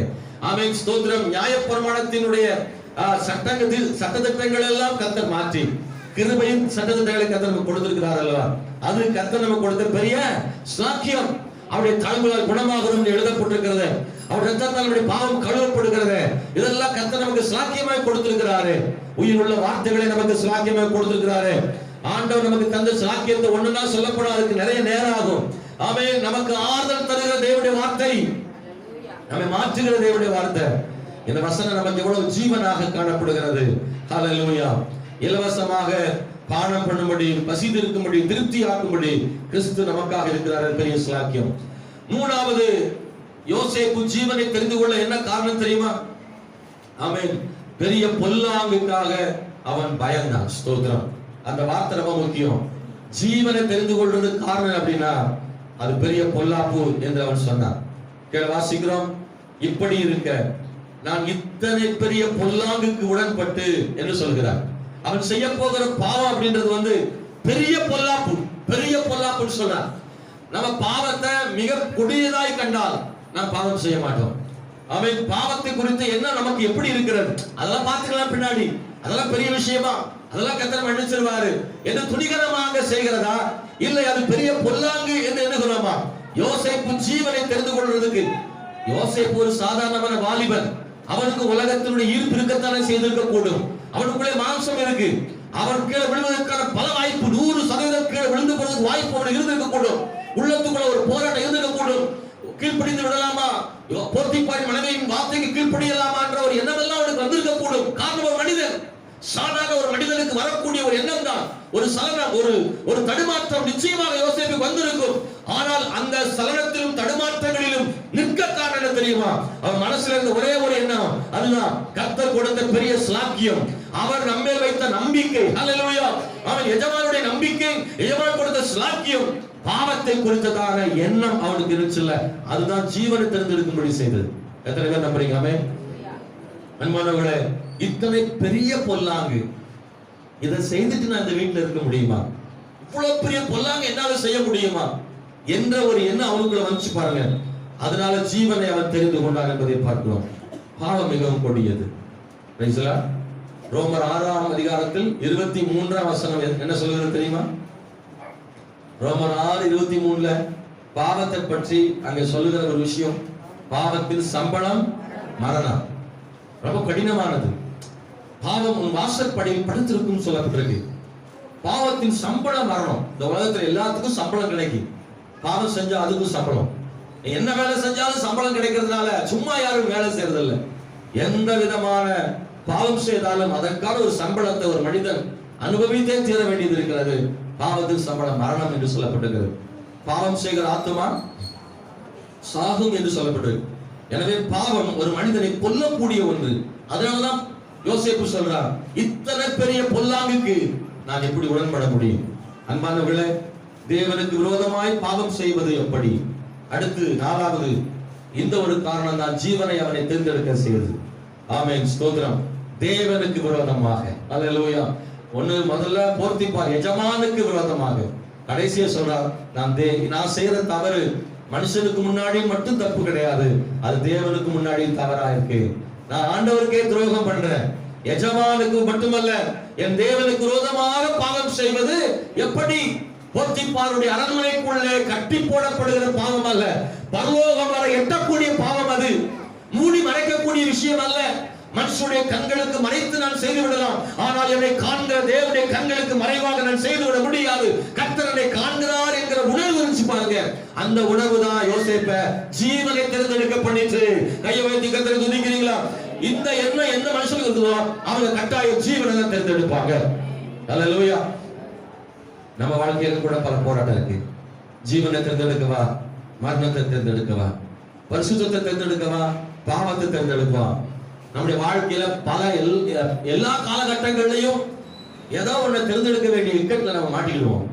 சில சிக்கல்கள் வரும். இதுல எதை தேர்ந்தெடுப்பது என்ற ஒரு நிலை நமக்கு வரத்தான் செய்யும். சிலர் நம்மை செய்ய தூண்டுவார்கள், வசனம் செய்யக்கூடாது என்று சொல்லும். சில நேரங்களில் நாம் அந்த பக்கமா இந்த பக்கமான நடுவில் இருக்கக்கூடிய சூழ்நிலையில நாம் எதை தேர்ந்தெடுக்கிறோம் என்பது மிக முக்கியமானது. கேட்கிற சகோதர சகோதரி, உங்க வாழ்க்கையில் அனுபவப்பட்டிருப்பீங்க. பல நேரங்கள்ல இப்படிப்பட்டதான நீங்க தேர்ந்தெடுக்க வேண்டிய இக்கட்டான நிலை உங்களுக்கு வந்திருக்கும். நீங்க அதுல எதை தேர்ந்தெடுத்தீங்கன்றத நீங்க தான் முடிவு செய்யணும். இனி வரும் காலங்களிலேயும் அது வரும். பல இடங்களில் நீங்க தேர்ந்தெடுக்க வேண்டிய சூழ்நிலை வரும். ஆமென், ஸ்தோத்திரம். அங்க எல்லாம் நாம் எதை தேர்ந்தெடுக்கிறோம் என்பது முக்கியமானது. நாம் ஜீவனை தேர்ந்தெடுக்க வேண்டுமானால் யோசேப்பை போல இந்த குறிப்பிட்ட விஷயத்தில் நாம் கவனமாக இருக்க கர்த்தர் கிருபை செய்வாராக. யோசேப்பின் தேர்ந்தெடுப்பு தவறானது என மற்றவர்கள் சொல்லி இருப்பார்கள். யோசேப்பு செய்ததனால, விலகி ஓடுனதுனால கிடைச்சவனுக்கு நன்மை என்ன? யோசேப்பு போர்த்திபாருடைய மனைவி ரொம்ப கொடூரமானவள் இருப்பா போல தெரியும். ஓடி போனவன கணவன் வந்தவன சொல்லி கொடுத்து இவளே தவறு செய்ய தூண்டி தப்பி ஓடினவன பழி போட்டு அவன் எகிப்தியன் சரசம் பண்ணும்படி வந்திருக்கிறான், எபிரேயன் சரசம் பண்ணும்படி வந்திருக்கிறான் என்று சொல்லி அவனை சிறையில போட்டாங்க. எங்க சிறைனா போர்த்திபார் அரண்மனையில் உள்ள சிறை. ராஜாவின் உத்தரவின் பேர்ல சிறையில் இருக்கிறான். பாருங்க அன்பான கர்த்தருடைய பிள்ளைகளே, சிறைக்குள்ளே போன போது முத சிறை கைதியாக யோசேப்பு உள்ள போன உடனே ஏற்கனவே அங்க சில கைதிகள் இருந்திருப்பாங்க. இவன் போன உடனே என்ன பேசிப்பாங்க நினைக்கிறீங்க நீங்க? யோசேப்பு சிறைக்குள்ள போன உடனே மற்ற கைதிகளை இவன் என்ன பேசிப்பாங்க? ஸ்தோத்திரம். ஜெயில இப்படிதான் நான் பேசுவேன் நினைக்கிறேன். நீ என்ன தப்பு பண்ணிட்டு உள்ள வந்திருக்கிற அதை கேட்பாங்கல்ல, ஏன் நீ உள்ள வந்த, எதுக்காக உனக்கு சிறைன்னு கேட்டிருப்பாங்க. கேட்ட உடனே இவன் ஒருவேளை சொல்லியிருக்கான், இதனாலதான் நான் தப்புலாம் பண்ணல, இந்த மாதிரி ஒரு சூழ்நிலை வந்துருச்சுன்னு சொல்லியிருக்கலாம். அவங்க அவனுக்கு என்ன பதில் கொடுத்துருப்பாங்க நினைக்கிறீங்க? அட போயா, நல்ல வாய்ப்பை நீ விட்டுட்டீங்க, போத்திபார் இதெல்லாம் எங்களுக்கெல்லாம் கிடைக்காம போச்சு, எங்களுக்கு கூட கிடைச்சோம், நாங்க அதை செஞ்சிருப்போமே, போத்திபார் மனைவியே உனக்கு சப்போர்ட்டா இருந்தா அந்த வீட்டுல நீ தான் பெரிய ஆளா இருந்திருப்ப, இப்படி சாகரமா கிடந்து அவனை பார்த்து ஒரு பட்டம் சொல்லி அவனுக்கு ஒரு பேர் வச்சிருப்பாங்க. என்ன பேர் தெரியுமா? நீ பிழைக்க தெரியாதவன். ஆண்டவருக்காக வாழணும், பாவம் செய்யக்கூடாது, உண்மையா இருக்கணும்னு நினைக்கிற ஆளுக்கு இந்த உலகத்துல என்ன பேர் கிடைக்கும்? பிழைக்க தெரியாதவன், வாழ தெரியாதவன். இப்படிப்பட்ட வாய்ப்பெல்லாம் விட்டுட்டீங்க, அப்படிதான் எல்லாரும் பேசியிருப்பாங்க. அவனை சொல்லியிருப்பாங்க, வாய்ப்பு இழந்து விட்டாயின்னு சொல்லியிருப்பாங்க. அவன் உலகத்தானுக்கு பாவம் ஒரு வாய்ப்பு, தேவ பிள்ளைக்கு பாவம் ஒரு துரத்தப்பட வேண்டியது, வெறுக்கப்பட வேண்டியது. ஆமென். சத்தத்தை காணுமே. அல்லேலூயா. நீங்கள் வாய்ப்பு நினைக்கலாம், பாவத்தை வாய்ப்பு நினைக்கிறோமா? இல்ல, மாம்சம் அதை வாய்ப்பா தான் சொல்லும். நல்ல ஒரு வாய்ப்பு உனக்கு கிடைக்க கத்தரா பார்த்து கொடுத்துட்டாரு உனக்கு. சில நேரம் அப்படி கூட சொல்லலாம், உயர்வு உனக்கு கிடைக்க போகுது. இல்ல இல்ல, சரியாக தெரிந்து கொள்வான், எனக்கு வர வேண்டிய உயர்வு. நல்ல கவனிங்க, உண்மையா யோசேப்பு போத்திபார் மனைவி கீழ்ப்படிச்சிருந்தான்னா அவனுக்கு அந்த உயர்வு கிடைச்சிருக்குமா? கிடைச்சிருக்கும். பணம், பொருள், ஆஸ்தி, என்னென்ன வேணுமோ அதெல்லாம் ஒரு அந்த வீட்டுல கிடைச்சிருக்கும். அவன் இன்னொரு போத்திபாராகவே இந்த வீட்டுல இருந்திருப்பான். அந்த வீட்டுல சகல சௌகரியங்களும் அவனுக்கு கிடைச்சிருக்கும். ஆனா யோசேப்புக்கு தெரியும், எனக்கு வர வேண்டிய உயர்வு போத்திபார் மனைவிட்டு இருந்தில்ல, கர்த்தர்ட்ட இருந்து எனக்கு உயர்வு வரணும்னு நினைச்சான். கையை தட்டிக்க கூடாதா? எனக்கு வர வேண்டிய உயர்வு போத்திபார் மனைவி மூலமாக அல்ல, என் உயர்வை கர்த்தர் தர வேண்டும். இன்னொன்னு, யார் மூலமா எனக்கு உயர்வு வரணும்னு அவன் நினைச்சிட்டான். இன்னொன்னு, எந்த வழியில் வர வேண்டும் என்று யோசேப்பு நினைச்சிருந்தான். எனக்கு வர்ற உயர்வு தப்பான வழியில் வந்துடக்கூடாது, எனக்கு வர்ற உயர்வு நேர்மையான வழியில் வரணுங்க. நல்ல கவனிக்கிறீங்க, நமக்கு வரக்கூடிய உயர்வு நேர்மையான வழியில் வரும். பொய் சொல்லி ஏமாத்தி திருடி இப்படி எல்லாம் உயர்வு வரக்கூடாது. உழைப்புலையும் நேர்மையிலையும் நமக்கு உயர்வு வரணும், சரியான பாதையில் உயர்வு வரணும். அந்த உயர்வு தான் நிலைக்கும். தவறான பாதையில் வர்ற உயர்வு அது ஒரு அழிவுகளை கொண்டு போயிடும். யோசேப்புக்கு அது தெரிந்ததுனாலதான் ஜீவனை தெரிந்து கொண்டான். ஸ்தோத்திரம். இரண்டாவது, ஒரு தானியேலை பத்தி சொல்ற அவனுடைய தேர்ந்தெடுப்பை கவனிக்கணும். தானியேல் வாழ்க்கை 2 இடத்துல தேர்ந்தெடுத்தான். தேவனால் தெரிந்து கொள்ளப்பட்டவன் தானியேல். ஆனா தேவனால் தெரிந்து கொள்ளப்பட்ட தானியேல் கூட தேவனை தேர்ந்தெடுக்கக்கூடிய உரிமை இருக்குல்ல, அதுல பாஸ் பண்ணிட்டான். தானியேல் ஒன்னு உணவுல தேர்ந்தெடுக்க வேண்டியது, இன்னொன்னு ஜெபத்துல தேர்ந்தெடுக்க வேண்டியது. முதல்ல சாப்பாடு. இவனும் அடிமையாக வந்தவன் தான். இஸ்ரவேல் தேசத்திலிருந்து பாபிலோனுக்கு அடிமையாக வந்தவன். யோசேப்பு கானானில் இருந்து எகிப்துக்கு அடிமையாய் போனவன். தானியேலோ பாபிலோனுக்கு அடிமையாக போனவன். அவனுக்கு ஒரு வாய்ப்பு அரண்மனையில கிடைச்சது, அங்கே ராஜ போஜனம் கொடுக்கப்பட்டது. ஆனால் தானியேல் என்ன நினைத்தான் அப்படின்னா, ராஜ போஜனத்தால் தன்னை தீட்டுப்படுத்தாதபடி, ராஜ போஜனம் சாப்பிடுறதா இல்ல சாதாரண சாப்பாடு சாப்பிடுறதா, எல்லாருக்கும் கொடுக்கப்படுது ராஜ போஜனம். ராஜா என்ன சாப்பிடுறாரோ அதெல்லாம் சாப்பிட முடியும். ராஜ சாப்பாடு தான் என்ன எப்படி இருக்குன்னு யோசித்து பாருங்க. இல்ல, ஆமா, எப்பவும் நல்ல கறியெல்லாம் கிடைக்கும், நல்ல சாப்பாடு.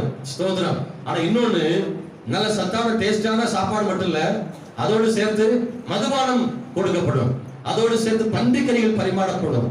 ஆகவே யூதர்களுக்கு பன்றி கறி அவர் சாப்பிடுவதில்லை, தேவ பிரமாணத்தின்படி தவறு. எனவே உபாகம் லேவியராகமங்கள் சொல்லப்படுவது எதை சாப்பிடக்கூடாதுன்னு இடத்துல சாப்பிடக்கூடாதுல பன்றி வருகிறது. ஆகவே சாப்பிடக்கூடாத ஒரு இடத்துல இருக்கும்போது தானியேல் நினைக்கிறான், ராஜபோஜனமாகவே இருந்தாலும் தேவனுக்கு பிரியமில்லாத சாப்பிடக்கூடிய உணவுகள் அதுல இருக்கு, நான் சாப்பிட மாட்டேன்னு ஒரு தீர்மானம் எடுக்கிறான். அன்பானவர்களே, தானியேல் உணவுல கவனமா இருந்தான். நான் ஆண்டவருக்கு பிரியமானதை செய்யக்கூடாதுன்னு ஒருத்தன் நினைச்சிட்டான்னா ஆண்டவர் அதுக்கு கர்த்தர் சப்போர்ட்டா இருப்பார். அதை கவனிக்கிறீங்களா? உண்மையா இருக்கணும்னு ஒருத்தன் முடிவு பண்ணிட்டான்னா அவனுக்கு தேவனுடைய உதவி கிடைக்கும், அவர் அனுசரணையா இருப்பாரு. அதை கவனிங்க, அந்த விசாரணைக்காரன் ஒருத்தர் இருக்கிறான்ல, அவன் தான் பொறுப்பாளி. இவங்களை நல்ல முறையில சாப்பாடு கொடுத்து தரமான ஆளா புஷ்டியான ஆளா ராஜாவுக்கு முன்னாடி நிறுத்தணும். அதுல ஃபெயிலியர் ஆனா இவனை கொன்றுவாங்க. அவன் சொல்றான், நான் தப்பா செஞ்சா என்ன ராஜா கொன்றுவாரு, உயிர் போயிடும், அதனால நான் என்ன செய்யறது, 10 நாள் மட்டும் பாருங்க, நான் நல்லா இருந்தா மறுபடியும் தொடர்ந்து கொடுங்க எங்களுக்கு. அன்பானவர்களே, மனுஷ தயவங்க என்ன செய்யுது கிடைக்கும். வசனம் என்ன சொல்லி தெரியுமா? 10 நாளுக்கு பிறகு, குறிப்பிட்ட காலத்துக்கு பிறகு ராஜாவுக்கு முன்னாடி கொண்டு போய் நிறுத்தும் போது எல்லா வாலிபர்களை பார்க்கிலும் கர்த்தருடைய பிள்ளைகள் ஆண்டவரே அவர் சமர்த்தர்களாக இருந்தார்களாம். 10 மடங்கு சமர்த்தர்களாக இருந்தாங்க. அவங்க எல்லாம் மட்டன் சிக்கன்லாம் சாப்பிட்டு திராட்சை ரசம் குடிச்சு மதுபானம் குடிச்சு பன்னிக்கறி சாப்பிட்டு அது பூரா நிக்குது ஒரு பக்கத்துல. தானியேல் அவனோடு சேர்ந்த சாத்ராக் மேஷாக் ஆபேத்நேகோ போன்றவர்கள் எல்லாரும் வெறும் சாம்பார் சாதம் சாப்பிட்டு கம்பீரமா நிற்கிறார்களாம். அல்லேலூயா. அதனால கறி சாப்பிடக்கூடாதுன்னு சொல்றாங்கல்ல. இப்போ நம்ம எதுனாலும் சாப்பிட அடிச்சு எடுத்துக்கிட்டுங்க. லென்த் டேஸ்னாலும் கறி வாங்கி சாப்பிடுறது விலை கம்மியா கிடைக்கும். அல்லேலூயா. நம்ம எல்லாம் இப்போ கறி சாப்பிடலாமா? எதுனாலும் சாப்பிடலாம், ஒன்றும் பிரச்சனை. உள்ளத்தில் மட்டும் பரிசுத்தம் ரொம்ப முக்கியமான. ஆமென். ஹல்லேலூயா. அதனால பிரச்சனையே கிடையாது. எப்போதும் போல நம்ம இருக்கலாம். லென்த் காலம் அப்படின்றனால கூட இயேசு கிறிஸ்து மரணத்தை தெரிவிக்கிற காலமா இருந்தாலும் நாம எதனாலும் சாப்பிடுறதுல உள்ளே போகிறது எதுவும் நம்மளை என்ன செய்யாது, தீட்டுப்படுத்தாது. வெளியே போறதுதான் தீட்டுப்படுத்தும். வார்த்தைகளை நம்ம கவனமா இருக்கும். ஸ்தோத்திரம். ரைட், அது ஒரு டாபிக், அது வேற.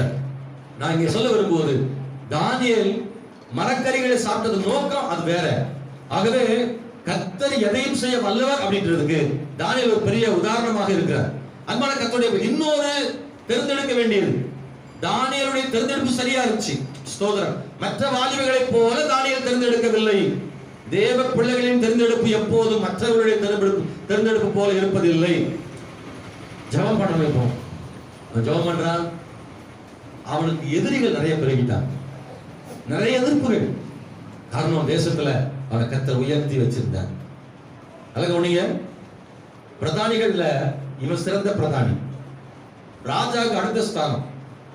ஆனா எவ்வளவு பெரிய பதவியில் இருந்தாலும் ஜெபத்தை மட்டும் விட்டவே இல்லை. சிலருக்கு பதவி உயர வேற ஜெபம் போயிடும். ஏன் கேட்டா, பாஸ்டர் வேலை நிறைய ஆகி போச்சுப்போம், இப்ப உயர்வுத்துறா கர்த்தர் உயர்த்துறாரு, நீ உன்னை உயர்த்தும் போது ரொம்ப ஜெபம் பண்ணணும், ஏன்னா தடுமாறி இருக்கக்கூடாதுன்றதுக்காக. கர்த்தருடைய பிள்ளையே, நீங்க எப்பெல்லாம் ரொம்ப உயர்த்த போறீங்களோ அப்பெல்லாம் ரொம்ப ரொம்ப என்ன செய்யணும், ஜெபம். ஏன் உங்களுக்கு கிடைக்கிற உயர்வு சில நேரத்தில் உங்களை தட்டி கீழ விட்டுரும்.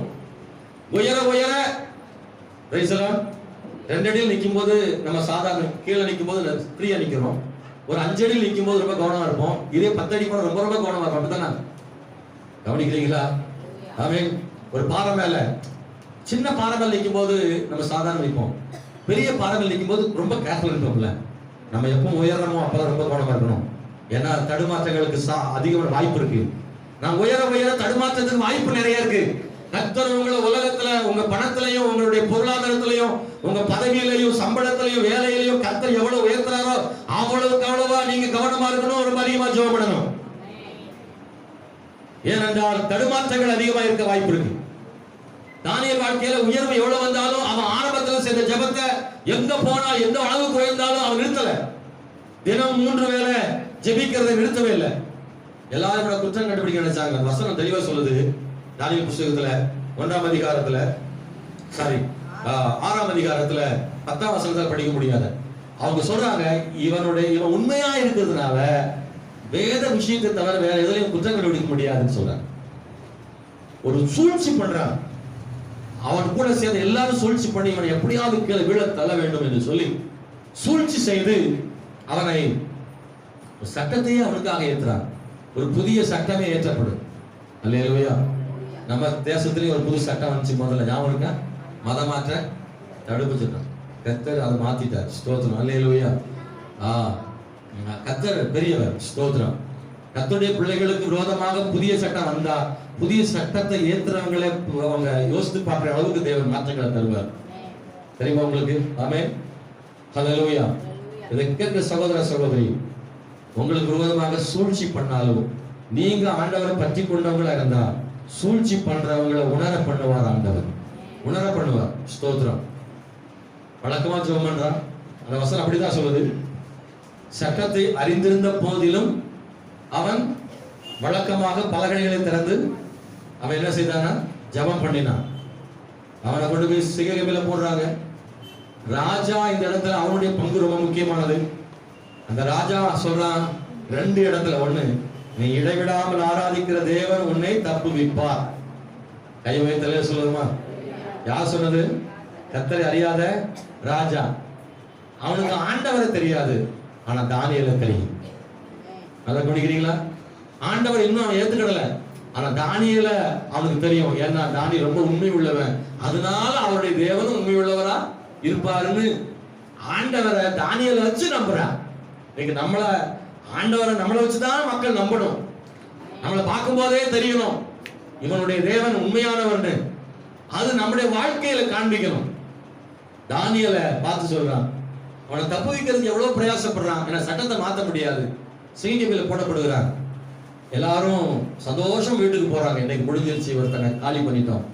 ஏன்னா அவன் உண்மையா இருக்கிறதுனால நம்மளும் போய் தப்பு செய்ய முடியல, நாம தப்பு செய்யறதெல்லாம் காமிச்சு கொடுத்துறதான், அதனால அவனை காலி பண்ணிட்டோம், இனி நம்ம இஷ்டத்துக்கு வாழலாம், எல்லா தவறும் செய்யலாம்னு மக்கள் சந்தோஷம் வீட்டுக்கு போறாங்க. ராஜாவோ ராத்திரி எல்லாம் தூங்கலையா, கீத வாத்தியங்கள் எல்லாம் கேட்கல, சாப்பிடல, அவனுக்கு தூக்கம் வரல. உண்மையான ஒரு மனிதனை நம்ம இழந்துட்டோன்ற ஒரு எண்ணம் அவனுக்கு. ஆனா சொல்ல, இடைவிடாமல் ஆராதிக்கிற உன் தேவன் உன்னை தப்புவிப்பார்னு யார் சொல்றா? பாஸ்டர் கிடையாது, ஆசாரியன் கிடையாது, ராஜா. காலையில சூரியன் உதைக்கிறதுக்கு முன்னாடியே இந்த சிங்கக்கபியின் ஓரமாய் போய் நின்று கொண்டு அவன் சொன்ன வார்த்தை அதுதான். தானியேலை இடைவிடாமல் ஆராதிக்கிற உன் தேவன் உன்னை தப்புவிக்க வல்லவராக இருந்தாரா? முதல்ல இருந்தார்னு சொல்லி அனுப்புனா, இருப்பார்னு சொன்னா, காலையில போய் கேட்கல, இருந்தாரா? உள்ள இருந்து ஏதாவது சத்தம் வந்தாலும் உறுதி. சத்தம் வந்துச்சு, உள்ள இருந்து சிங்கத்தின் கெபியில சத்தம் வந்துச்சு, ராஜாவே நீ வாழ்க, ஹல்லேலூயா, நான் ஆராதிக்கிற தேவன் என்னை தப்புவிக்க வல்லவராக இருந்தார். ராஜாவுக்கு ஜீவன் வந்துச்சு. அதுக்கு அடுத்து நடந்த விஷயத்து முக்கியமானது என்ன நடந்துச்சு உங்களுக்கு தெரியும்? யாரெல்லாம் தானியேலை சிங்கக்கபியில போட காரணமா இருந்தாங்களோ அவங்க எல்லாரையும் தூக்கி சிங்கக்கபியில போட்டாங்க. ராத்திரி எல்லாம் தானியேலுக்கு தலையணையாக இருந்த சிங்கங்கள் எல்லாம் இப்போ சத்துருக்களை அவங்க தரைக்கு வர்றதுக்கு முன்னாடி எகிரி பிடிச்சி எல்லாத்தையும் கடிச்சு கொன்று போட்டது. எப்படி பிள்ளைகளே, ஸ்தோத்திரம். கர்த்தர் உண்மையானவனுக்கு உடன் இருப்பார், அவனுக்கு உதவி செய்வார், தடுமாற்றங்களில் கர்த்தர் கிருபை செய்வார். இந்த இடத்துல தானியேல் கவனிக்க வேண்டிய ரெண்டு விஷயம் தான். ரெண்டு இடத்துலயும் அவனுடைய தேர்ந்தெடுப்பு. சட்டம் வந்த போது நான் ஜெபிக்காமல் இருப்பதா ஜெபிப்பதா, அதில் ஜெபிப்பதை தேர்ந்தெடுத்தான். எல்லாரையும் போல கர்த்தருக்கு பிரியமில்லாத போஜனத்தை புசிப்பதா, இல்லை அதை புசிக்காமல் இருப்பதா? அல்லேலூயா. சாப்பாடு ஒரு பெரிய ஈர்ப்பு தெரியுமா உங்களுக்கு? நல்லா குடிக்கிறீங்களா? சாப்பாடு எத்தனை பேர் பிடிக்கும்? நீ கை தூக்காட்டாலும் அவன் நம்ப மாட்டான் உங்களை. எல்லாருக்கும் சாப்பாடு பிடிக்கும். யாருக்கு தான் சாப்பாடு பிடிக்காது? திடீர்னு எங்க இருந்தாலும் ஒரு மட்டன் வாசனை வரும் பாருங்க, அப்படியே திரும்பவும்ல. பக்கத்து வீட்டுல ரசம் தாளிப்பாங்கல்ல, இந்த உணவு ஒரு ஈர்ப்பு இருக்கு தெரியுமா உங்களுக்கு? உணவுக்கு ஒரு ஈர்ப்பு சக்தி இருக்கு தெரியுமா? அப்படியே ரோட்ல போகும்போது கடையில வறுப்பான் பாருங்க, அப்படியே கண்ணு அங்க போகும், அப்படியே நேர சகப்பா வறுக்கிறது, சிக்கன் வறுக்கிறது, மட்டன் வறுக்கிறது. ஸ்தோத்திரம். இன்னைக்கு எடுத்துறீங்க போய், இன்னைக்கு அப்படியே நான் சொல்லிட்டேன்ல, வறுக்கிறத பத்தி பேசுறதுனால இன்னைக்கு உங்க வீட்டுல சிக்கன் மட்டன் இருக்கலாம். ஒரு அது ஒரு பெரிய ரசனைங்க. சாப்பாடு மக்கள் விருப்பப்படுறதில்ல, அது ஒரு ஈர்ப்பு. அன்னைக்கு வீட்டுல பிரியாணின்னா அன்னைக்கு ஒரு கலகல பாட்டு வரும் பாருங்க. உங்களுக்கு வீட்டுல பிரியாணி செய்யறாங்கன்னாவே ஒரு பாட்டு தன்னா வரும். சாப்பாட்டுல ஒரு ஈர்ப்பு இருக்கு. தானியேலுக்கு எவ்வளவு ஈர்ப்பு இருந்திருக்குன்னு நினைக்கிறீங்க? ராஜ சாப்பாடெல்லாம் விடுறதா? கிடைக்கிற வாய்ப்பை பயன்படுத்தலாமே. இல்ல, கர்த்தருக்கு பிரியமில்லைன்னு ஒண்ணு வரும்போது அது வேண்டான்னு வெறுக்கிறதுக்கு. அல்லேலூயா. சுகர் உள்ளவங்க, கொலஸ்ட்ரால் உள்ளவங்களுக்கு எல்லாம் தர்ம சங்கடம் இல்ல. வீட்டுல நல்லா கொழுப்பு சார்ந்த சாப்பாடு செய்யும் போது இந்த டாக்டர் சாப்பிடக்கூடாதுன்னு சொல்லியிருப்பார்ல, விட மாட்டாங்க. சில வீட்டுல எல்லாம் சுகர் உள்ள ஆள்லாம் மனைவிக்கு தெரியாம ஒரு ஸ்வீட் எடுத்து ஜாங்கிரி எடுத்து அடிச்சு நொறுக்கிடுவாங்க. ஆமா, ஸ்தோத்திரம். என்னங்க சாப்பிடுறீங்க? இல்ல முறுக்கு சாப்பிடுறீங்க, எதையாவது சொல்லி சமாளிக்கிறால நிறைய இருக்கு. டாக்டரே சொன்னாலும் சாப்பிடாதுன்னு சொன்னாலும் தெரியாம திங்கிறாள் நிறைய இருக்கு. ஸ்தோத்திரம். ஏன்னா உணவு ஒரு மனிதன் என்ன செய்யுது? ரொம்ப ஈர்க்குது. இந்த ஈர்ப்பு சோதனை யாருக்கு இருந்திருக்கும்? தானியேலுக்கு இருந்திருக்கும்ல. எத்தனை காலத்துக்கு ராஜ சாப்பாடே அவன் சாப்பிடவே இல்லையே. தேவனுக்காக உண்மையா இருக்கணும், ஜீவனை தேர்ந்தெடுக்கணும்னு நினைக்கிறவங்க தியாகம் பண்ணித்தான் ஆகணும். தியாகம் பண்ணாம, வெறுக்காம, சுய கட்டுப்பாடு இல்லாம ஜீவனை தேர்ந்தெடுக்க ஒருபோதும் இயலாது. ஆனா தியாகமா கர்த்தருக்கு வாழ்றவங்களுக்கு ஒரு பெரிய ஆசீர்வாதம் கட்டாயம் இருக்கு. ஒரு அளவு சொல்ல முடியுமா? பாஸ்டர் ஒரு தான் பின்னாடி தலையை சொல்லிட்டு இருக்காங்க எனக்காக. நீங்க ஒருத்தர் சொல்ல மாட்டீங்க. கையை வச்சு சொல்லுங்க. ஆமென். ஸ்தோத்திரம். ஹல்லேலூயா. இந்த காலையில தேவனுடைய பிள்ளைகளே கவனமாக கவனிங்க. தானியேல் ஜீவனை தெரிந்து கொண்டார். நான் இன்னும் சில விஷயம் சொல்ல வேண்டியிருக்கு. யோசுவா புத்தகத்தில் 24ஆம் அதிகாரத்துல 15ல யோசுவா என்ன சொல்றாரு தெரியுமா?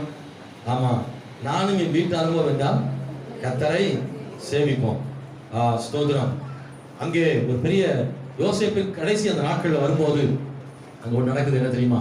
அன்பான கர்த்தருடைய பிள்ளைகளே, ஸ்தோத்திரம். யோசுவாவுடைய கடைசி காலம் ஜனங்களுக்கு அறிவுரை சொல்றான். நீங்க யாரை தேர்ந்தெடுக்க போறீங்க? நீங்க கர்த்தரை விட்டுட்டீங்கன்னா கர்த்தர் உங்களை விட்டுருவாரு. நிறைய விஷயங்களை சொல்லிக்கொண்டே ஆலோசனையா அந்த 24ஆம் அதிகாரத்துல நிறைய ஆலோசனைகளை அவர் சொல்லிக்கொண்டே வர்றாரு. தன் பிள்ளைகளுக்கு சந்ததிகளுக்கு அவர் பல விஷயங்களை சொல்லிக்கொண்டே வருகிறார். அந்த கடைசியில சொல்லும் போது இப்படி சொல்றாரு, ஆகையால் நீங்கள் கர்த்தருக்கு பயந்து அவர் உத்தமம் உண்மையுமாய் சேவித்து உங்கள் பிதாக்களுக்கு நதிக்கு அப்புறத்திலும் இப்புறத்திலும் எகிப்திலும் சேவித்த தேவர்களை அகற்றிவிட்டு கர்த்தரை சேவிங்கள். கர்த்தரை சேவிக்கிறது உங்கள் பார்வைக்கு ஆகாதாய் கண்டால் பின்ன யாரை சேவிப்பீர்கள் என்று இன்று தெரிந்து கொள்ளுங்கள். நதிக்கு அப்புறத்தில் உங்கள் பிதாக்கள் சேவித்த தேவர்களை சேவிப்பீர்களா? நீங்கள் வாசம் பண்ணுகிற தேசத்து குடிகளாகிய எமோரியரின் தேவர்களை சேவிப்பீர்களா? ஆப்ஷன் இருக்காங்க. என்ன ஆப்ஷன் தெரியுமா? ஒண்ணு, நீங்க நதிக்கு அப்புறத்துல உள்ள தேவர்களை சேவிக்க போறீங்களா?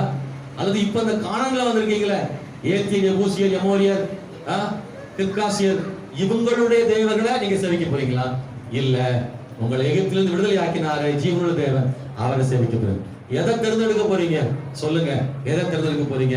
ஆனா ஒண்ணு, நீங்க எதை வேணாலும் தேர்ந்தெடுத்துக் கொள்ளுங்க. நானும் என் வீட்டாரும் கர்த்தரையே சேவிப்போம். கையை தட்டக்கூடாதா? ஹல்லேலூயா. எல்லாம் சொல்லிட்டு நீங்க எப்படி செலக்ட் பண்ண போறது தெரியல. ஆனா நானும் என் வீட்டாரும் கர்த்தரை தான் சேவிப்போம். கர்த்தரை தான் சேவிப்போம். யாரு கர்த்தரை விட்டுட்டு போனாலும் சரி, நான் கர்த்தரை விட மாட்டேன். உங்களால சொல்ல முடியுமா? யார் கர்த்தரை விட்டுட்டு போனாலும் நான் அவரை சேவிக்கிறது ஒரு நாளும் நான் என்ன செய்ய மாட்டேன், நான் விடவே மாட்டேன். கஷ்டத்திலும் கண்ணீரிலும் வேதனையும் பாடுகளிலும் என் ஆண்டவராக இயேசுவை நான் ஒருபோது விட்டு விடவே மாட்டேன் ஐயா. அந்த நம்பிக்கை எனக்கு இருக்கு. நான் அவரை விடவே மாட்டேன். எனக்காக ஜீவன் தந்தவரை நான் விடுவதில்லை. ரொம்ப அழகான சத்தியம் அது. அன்பான தேவனுடைய பிள்ளைகளே, மோசேயின் தேர்ந்தெடுப்பு 4வது. மோசே என்ன தெரியுமா தேர்ந்தெடுத்தான்? எபிரேயர் புத்தகத்தில் ஒரு வசனத்தை வாசிக்கிறேன். 11ஆம் அதிகாரம் 24, 25. எபிரேயர் புத்தகம் 11ஆம் அதிகாரம் 24, 25. விசுவாசத்தினாலே மோசே தான் பெரியவனான போது பார்வோனுடைய குமாரத்தின் மகன் எனப்படுவதை வெறுத்து அநித்தியமான பாவ சந்தோஷங்களை அனுபவிப்பதை பார்க்கிலும் தேவனுடைய ஜனத்தோட துன்பத்தை அனுபவிப்பதை தெரிந்து கொண்டு. இந்த வசனத்தை கவனிக்கிறீங்களா? மோசேக்கு ஒரு ஆப்ஷன் 2 இருக்கு. மோசே பத்தி நம்ம எல்லாருக்கும் தெரியும். 3 மாசம் ஒழிச்சு வச்சு குழந்தைய காப்பாத்தி, அதுக்கு மேல காப்பாற்ற முடியல, நதியில விட்டுட்டா பார்வோன் குமாரத்தை எடுத்துக்கொண்டார். அந்த பார்வோனுடைய குமாரத்தை மோசே வளர்த்தான். அவன் பெரியவனான போது, குறிப்பிட்ட வயசு வரைக்கும் உனக்கு விவரம் தெரியல, ஆனா பெரியவனான போது தான் ஒரு எபிரேயன் என்பதை அவன் உணர்ந்து கொண்டான். எகிப்தின் அரண்மனையில் இருந்தாலும் தான் ஒரு எபிரேயன் என்பதை அறிந்து கொண்டான். அரண்மனையில் அவனுக்கு இருந்த செல்வாக்கு அதிகம், சகல கலைகளையும் கற்று தேர்ந்தான் சொல்லி அவனுக்கு வில்வித்தைகள்ல இருந்து. ஏனென்றால் யூகிக்கிறார்கள் பார்வோனுக்கு ஆண் வாரிசு இல்லாமல் இருந்திருக்க கூடும். எனவே அவன் பார்வோனுடைய குமாரத்தி தான் அடுத்ததாக ஆட்சி செய்ய வேண்டும். பார்வோனுடைய குமாரத்தின் மகனாக தத்தெடுக்கப்பட்டபடியினால இந்த மோசே அடுத்த பார்வோனாக வர வாய்ப்பு இருக்கிறது. அவன் ஒரு பெரிய சகலத்தில் வல்லவனாக இருந்தான். ராஜ மரியாதை, அந்தஸ்து, நல்ல சுகபோகமான வாழ்க்கை, எல்லாத்தையும் செய்ய அதிகாரம் எல்லாம் அவனுக்கு இருந்துச்சு. ஆனா வசனம் சொல்லுகிறது, ஆமென் ஸ்தோத்திரம், அநித்தியமான பாவ சந்தோஷங்களை அனுபவிப்பதை பார்க்கிலும் தேவனுடைய ஜனத்தோட துன்பத்தை அனுபவிப்பதை தெரிந்து கொண்டான். 2 ஆப்ஷன் அவனுக்கு இருக்கு. எகிப்திலே பாவத்தோடு கூட வாழ்ந்து விடுவதா? ஆமென். இல்லை, தேவனுடைய ஜனத்தோட துன்பத்தை அனுபவிப்பதா? பாவ சந்தோஷம், இன்னொன்னு தேவனுடைய ஜனத்தோட துன்பம். சந்தோஷம் வேணுமா துன்பம் வேணுமான்னு தேர்ந்தெடுக்க வேண்டிய இடத்துல மோசே துன்பத்தை தான் தேர்ந்தெடுத்தான். ஏன் அப்படின்னா தேவ ஜனத்தோட இருக்கிறதுனால. அரண்மனையில கிடைக்கிற சந்தோஷத்தை விட தேவ ஜனத்தோடு இருக்கிற துன்பமே பரவாயில்ல அப்படின்னா. இந்த இடத்துல நம்ம கவனிக்கணும். நான் மறுபடியும் சொல்றேன், இந்த உலகத்தின் ஈர்ப்பு இருக்குல்ல, அது மோசே இழுத்திருக்கும். ஒரு பக்கம் மனசு சொல்லியிருக்கோம், மோசே தவறு விட்டுறாத. ஏன் மோசேக்கு அந்த என்ன வந்துச்சுன்னா, இஸ்ரவேல் ஜனங்கள் படுகிற பாடுகள் அவனை பார்த்தான். அடிக்கிறாங்க, உதைக்கிறாங்க, கொல்லுறாங்க. இதெல்லாம் மோசே பார்க்க அவனுக்கு உடம்புக்குள்ள அந்த ரத்தம் துடிக்கிறது. என் ஜனத்தை உபத்திரப்படுத்துறாங்களே, நான் சுகபோகமா வாழ்றேன் அரண்மனையில, என் ஜனம் என் கண்ணுக்கு முன்னாடி உபத்திரவப்படுத்தப்படுகிறார்களே. இதெல்லாம் மோசே பார்த்த போது அவனுக்கு என்ன செய்யணும் தெரியல. தன் ஜனத்திற்காக அரண்மனையை விட்டு விடுவதற்காக முயற்சிக்கிறான். ஒரு பக்கம் அரண்மனை ஆசை, இன்னொரு பக்கத்துல அவனுக்குள்ள அந்த எபிரேயருடைய அந்த பாசம், தம் ஜனத்தின் மேல் உள்ள அக்கறை. தேவ ஜனத்தோட சேர்ந்தால் துன்பத்தை அனுபவிக்க வேண்டும். ரெண்டு சம்பவம் இடையில் நடக்குது. ஒண்ணு, எகிப்தியனுக்கும் எபிரேயனுக்கும் சண்டை வரும்போது எகிப்தியனை கொன்று உள்ளே புதைத்து விட்டார், மணலிலே புதைத்தார். இரண்டாவது, மறுநாள் ரெண்டு எபிரேயரே சண்டை போடுறான். தன் ஜனத்தானே ரெண்டு பேரும் சண்டை போடுறான். தன் ஜனத்தானே ஒருத்தர் அடிக்கிறான்னு எகிப்தியனை கொன்று போட்டான். இப்போது எபிரேயரே சண்டை போடுறாங்க. ரெண்டு பேரும் ஏன்பா சண்டை போடுறீங்க, சகோதரப்புள்ள ஏன் சண்டைன்னு கேட்கறான். அதுக்கு ஒருத்தர் சொல்றான், நேற்று எகிப்தியனை கொண்ட மாதிரி எங்களையும் கொள்ள வந்திருக்கீங்க, உனக்கு யார் இந்த உரிமையை கொடுத்தான்னு கேட்கறான். வாசித்து பாருங்களா, உதவி செஞ்சா உபத்திரம் வரும்னு கொஞ்சம் கவனமா இருக்கிறான். அவன் நல்லா கவனிக்கிறான். முந்தின சம்பவத்துல யாருக்கும் தெரியாதுன்னு நினைச்சு மோசே செய்தான். ஆனா வெளியே தெரிஞ்சிருச்சு. மீதியான் தேசத்துக்கு ஓடி போறான். வேதவசனம் சொல்லுகிறது, தேவனுடைய பிள்ளைகளே, இதில் எதை தேர்ந்தெடுப்பது? அன்பானவர்களே, கர்த்தருடைய ஜனத்தோடைய துன்பத்தை அனுபவிக்கும்படி அதை அவன் தெரிந்து கொண்டதுனால இனி வரும் பலன் மேல் நோக்கமாக இருந்து எகிப்துள்ள பொக்கிஷங்களிலும் கிறிஸ்துவின் நிமித்தம் வரும் நிந்தை அதிக பாக்கியம் என்று எண்ணினான். கவனிக்கிறீங்களா? ஹல்லேலூயா. அவன் இனி வரும் பலன் மேல் நோக்கமாக இருந்தால பார்வோனுடைய அரண்மனையில வேணா அவன் பார்வனா மாறி இருக்கலாம், பரலோக ராஜ்யத்துக்கு அவன் போக முடியாம போயிருக்க. இனி வரும் பலன் ஒண்ணு இருக்குல்ல பரலோகத்துல, அதன் மேல் நோக்கமா இருந்து. பிரைஸ் தி ஹல்லேலூயா. அன்பான கர்த்தருடைய பிள்ளைகளே, வேதம் சொல்லுது, கிறிஸ்துவின் நிமித்தம், அதாவது சொல்லுங்க, எகிப்துள்ள பொக்கிஷங்களை பார்க்கணும், எகிப்தின் பொக்கிஷத்தை பார்க்கணும். கிறிஸ்துவின் நிமித்தம் வருகிற நிந்தையை அதிக பாக்கியமாக நின்றான். நல்லபடி இந்த உலகத்துல எல்லாத்த விட கிறிஸ்துவின் நிமித்தம் வருகிற நிந்தை பாக்கியம் அப்படின்னு சொல்ல. ஆண்டவருக்காக கஷ்டப்பட்டாலும் பரவாயில்ல, ஆண்டவரோடு இருக்கணும். ஹலோ, பாடுகள் வழியா உபத்திரம் வழியா போற கர்த்தருடைய பிள்ளைய சோர்ந்து போயிடாதீங்க. உலக சந்தோஷத்தை காட்டிலும் கிறிஸ்துவுக்குள்ளே அவரோடு கூட இருந்து பாடுகளை சகிப்பது ஒரு மேன்மையும் தான் வசனம் சொல்லுது. ஏன்னா அதுக்கு எல்லாவற்றுக்கான பலனை ஆண்டவர் தருவார் என்று வேதம் சொல்கிறது. கடைசியாக நான் ஒன்ன சொல்லி ஜெபிக்க விரும்புறேன். 1 ராஜாக்கள் 18ஆம் அதிகாரத்துல நான் வாசிக்கிற போது எலியா ஒரு இடத்துல சொல்றான், கர்த்தர் தெய்வமானால் கர்த்தரை பின்பற்றுங்கள், பாகால் தெய்வமானால் பாகாலை பின்பற்றுங்க. 2 ஆப்ஷன் இருக்கு.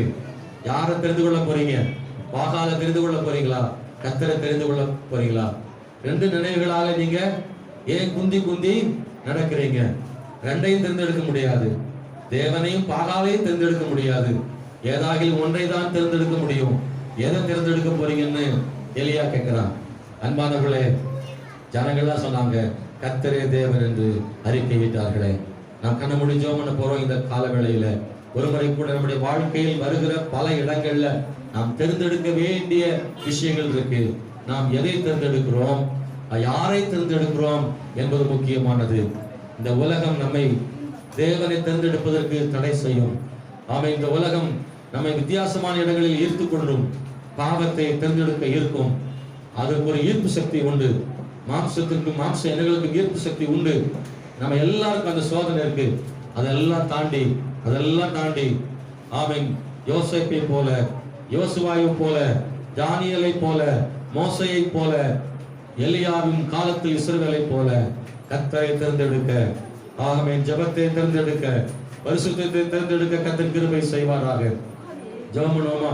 ஒருமுறை கூட எல்லாம் ஒப்பு கொடுத்து, ஆண்டவரே, நான் நீதியை தேர்ந்தெடுக்கவும் பரிசுத்தத்தை தேர்ந்தெடுக்கவும் எனக்கு அந்த கிருபைகளை தாரும் ஆண்டவரே. எங்கேயாவது ஒரு இடத்துல நான் தேர்ந்தெடுக்க வேண்டும் என்ற இடம் வரும்போது அந்த இடத்துல சரியானதை தேர்ந்தெடுக்கிறதுக்கு எனக்கு கிருபை தாங்கப்பான்னு கர்த்தரை கேளுங்க. நான் தேர்ந்தெடுக்கும் போது தடுமாறி இருக்கக்கூடாது, தவறானதை தேர்ந்தெடுத்துடக்கூடாது. ஆண்டவரே, சரியானதை தேர்ந்தெடுப்பதற்கான பலனை எனக்கு தாரும் என்று சொல்லி ஆண்டவரை கேட்கறீங்களா? உண்மையா கர்த்தரோட ஒப்பு கொடுங்க, அவர் பலன் தருவாரு. தீர்மானம் எடுத்துட்டீங்கன்னா, சரியானதை தேர்ந்தெடுக்கணும்னு தீர்மானம் எடுத்துட்டீங்கன்னா உங்களுக்கு கர்த்தர் கிருபை தர்றாரு. தானியேலுக்கு அந்த ராஜ அரண்மனையில உண்மையா அப்படி செய்ய முடியாது. ஆண்டவர் பாருங்க, அந்த அதிகாரி கண்களை தயவு கிடைக்க பண்ணி மரக்கறிகளை கொடுப்பதற்கு கர்த்தர் கிருபை கொடுத்தாரு. நீங்க அவர் உண்மையா வாழணும்னு விரும்பிட்டீங்கன்னா உங்களுக்கு ஆண்டவர் கிருபை செய்வாரு. ஆமென். கர்த்தருக்கு ஒப்பு கொடுக்க விரும்பினா கையை உயர்த்தி ஒப்பு கொடுக்கலாம். இந்த கால வேளையில ஒப்பு கொடுக்கிற ஆண்டவரே, ஆண்டவரே ஜீவனை தேர்ந்தெடுக்க நான் ஒப்பு கொடுக்கிறேன். பரிசுத்தத்தை தேர்ந்தெடுக்க ஒப்பு கொடுக்கிறேன். ஆண்டவரே கர்த்தருக்கு பிரியமில்லாததை தேர்ந்தெடுக்க வேண்டிய இடத்துல ஆண்டவரே நான் உண்மையா இருக்க கர்த்தர் கிருபை செய்யும். ஆண்டவரே ஸ்தோத்திரம் கர்த்தாவே. ஹalleluya ஹalleluya. ஏவாளுக்கு பிசாசு என்னதான் சொன்னாலும் ஏவாள் கர்த்தருடைய வார்த்தைக்கு தான் கீழ்ப்படிந்திருக்க வேண்டும். ஆனா பிசாசின் வார்த்தை கீழ்ப்படிந்ததுனால அந்த பழத்தை புசித்தாள் அல்லவா. தேர்ந்தெடுக்க வேண்டிய ஒரு நெருக்கடியில நாம உண்மையானதை தேர்ந்தெடுக்கணும். அதுதான் நமக்கு ஆசீர்வாதமானதாக இருக்கும். பரலோகத்தின் பிதாவே, சர்வ வல்லமை உள்ளவரே, இந்த கால வேளையில கர்த்தாவே இப்படி சமூகத்தில் ஜெபிக்கிறோம். ஆண்டவரே என் கிருபை தருவீராக. ஆண்டவரே ஸ்தோத்திரம் செலுத்துகிறோம். ஆண்டவரே இந்த கால வேளையில நாங்கள் உண்மையாய் நேசிக்கிறோம். சரியானதை தேர்ந்தெடுக்க தேவன் கிருபை செய்யும்படி வேண்டுகிறோம். கர்த்தருடைய நாமத்தை மகிமைப்படுத்தும். நாங்கள் உண்மை தேர்ந்தெடுக்க எங்கள் ஜீவனுள்ள தேவனையும் எங்கள் தேவனை சார்ந்த காரியங்களை நாங்கள் தேர்ந்தெடுக்க கிருபை செய்யும்படி ஜெபிக்கிறோம். எங்கள் வாழ்க்கையில எத்தனை தடுமாற்ற சூழல் சோதனைகள் வந்தாலும் உபத்திரவங்கள் வந்தாலும் ஆண்டவரே உலகம் எங்களை ஈர்த்தாலும் நாங்கள் கிறிஸ்துவை தேர்ந்தெடுக்க கிருபை செய்யும்படி ஜெபிக்கிறோம். ஆண்டவரே அப்பா நமக்கு ஸ்தோத்திரம் செலுத்துகிறோம். உலக சந்தோஷமானாலும் பரவாயில்ல, கிறிஸ்துவோடு கூட பாடுகளை சகிக்க ஆயத்தம், கிறிஸ்துவோடு நிற்க ஆயத்தம். ஆண்டவரே சிலுவையின் அருகில் நிற்க நாங்கள் ஆயத்தமா இருக்கிறோம். எல்லாருக்கும் கிருபை தாரும். ஏனென்றால் நிச்சயமாக கிறிஸ்துவோடு கூட பாடுகளை சகித்தால் ஆளுகை செய்வோம் என்று சொல்லப்பட்டிருக்கிறது. இரட்டிப்பான ஆசீர்வாதங்களை கர்த்தர் தருவீர் அல்லவா. நன்றியோடு துதிக்கிறோம். இயேசுவின் நாமத்தில் ஜெபிக்கிறோம் நல்ல பிதாவே. ஆமென் ஆமென். இப்போது நாம் அறிவிப்புகளை கேட்க போறோம். புதுசா வந்தவங்க யாரா இருக்கீங்களா? முதல் முறையாக இந்த ஆராதனைக்கு புதிதாக வந்தவங்க யாராவது உண்டா? ஸ்தோத்திரம். அப்படி யாரும் இல்லை. கடந்த வாரத்துல சில வாரங்களாக நாம் சொல்லியிருந்தோம் இந்த சேர் வாங்குறதுக்கு எல்லாருக்கும் சேர் கொடுக்கணும். இப்ப சேர் நிறைய ஃப்ரீயா இருக்கு. எந்த இடத்துல உட்காந்து தலையில உட்கார வேண்டிய அவசியம் இல்லை. அநேகர் பணம் கொடுத்துருக்கீங்க. அந்த லிஸ்ட் ஸ்டாலின் கையில் இருக்கு. நாங்கள் அதை வாட்ஸ்அப்ல உங்களுக்கு அனுப்பி விடுவோம். எவ்வளவு பணம் யார் யார் கொடுத்தீங்கன்ற லிஸ்ட். 25 சேர் வாங்குறோம். 20 தான் நினைச்சேன், 25 வாங்கியிருக்கிறோம். கொடுத்த உங்களுக்கு ஒரு கைத்தட்டி பாராட்டுவோமா? பணம் தந்தவங்களுக்கு வாழ்த்துக்கள், நன்றி. மீதி பணம் இருக்கிறது, மீதி பணம் இருக்கு. அதுல இந்த சிசிடிவி கேமராலாம் இன்னும் வேலை செய்ய வேண்டியிருக்கிறது. அதுக்கு இன்னும் புல்பிட்ல ஒரு 4 சேர் வாங்குறதுக்கு பிளான் பண்ணியிருக்கிறோம். நன்றி. அதே போல இந்த 40 நாள் ஜபம் நடந்து வருகிறது. தயவுசெய்து விசுவாசிகள் வாங்க. டெய்லி 6:30 மணிக்கு ஜபம் நடக்கு. அநேக சகோதரர்களை நீங்க வாங்க, வீட்டில் இருந்தா வாங்க, சேர்ந்து ஜெபிப்போம். கர்த்தருடைய ஜபங்களை கேட்பார். அது மாத்திரமல்ல, கடந்த நாட்கள்ல ராலி மலைக்காக ஒரு சிறப்பு காணிக்கை எடுத்தோம். விசுவாசிகள் 7620 ரூபாய் கொடுத்தீங்க. உங்களுக்கு நன்றி சொல்ல விரும்புகிறேன். நல்ல காணிக்கை தந்திருக்கிறீங்க. அதை நாம் உங்களுக்கு கொடுக்க விரும்புகிறோம். பிறந்த நாளுக்காக ஜெபிக்கிற நேரம் ஷர்வின் பிரின்ஸ் 27ஆம் தேதி. திருமண நாள் சாம் செந்தில்குமார் சோபியா 26ஆம் தேதி. இருக்காங்களா பேர் வாசித்தவங்க? இல்லை. ஆமென் ஸ்தோத்திரம். ஒரு பாடலை பாடும்போது கர்த்தருக்கு என்று காணிக்கை செலுத்த போறோம். யாராவது 2 பேர் வாரீங்களா காணிக்கை சேகரிக்க?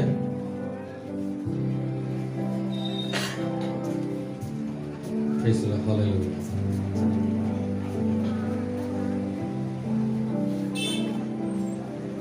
Praise the Lord. Hallelujah.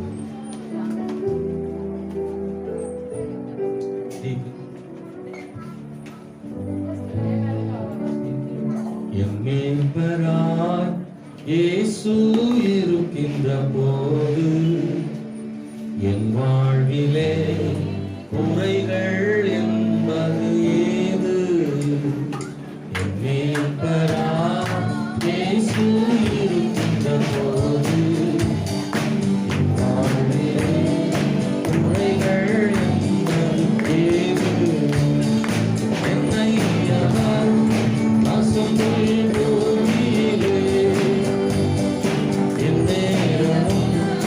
நடத்திடும் போதிலே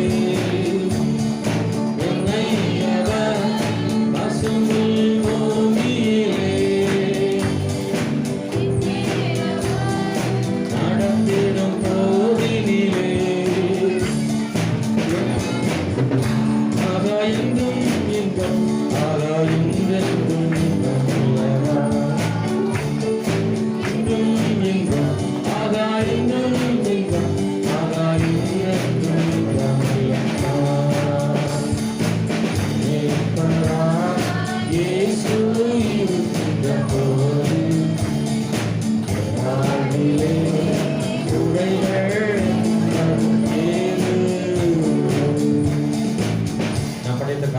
கர்த்தர் அங்கீகரித்து ஆசீர்வதிப்பாராக. அதற்குரிய பலனை நம்முடைய பிள்ளைகளுக்கு தருவாராக. நாம் யாவரும் ஜெபிப்போம். அன்புள்ள பிதாவே, இந்த வேலைக்காக நன்றி. இந்த கால வேளையில நாங்கள் கொடுத்த ஆராதனைகள் எல்லாவற்றையும் அங்கீகரிக்கிறபடியால் நன்றி. செலுத்தப்பட்ட காணிக்கைகளை ஆசீர்வதியும். ஊழியர்களுக்காக பயன்படுத்தும் கொடுத்த கரங்களை ஆசீர்வதிப்பீராகப்பா.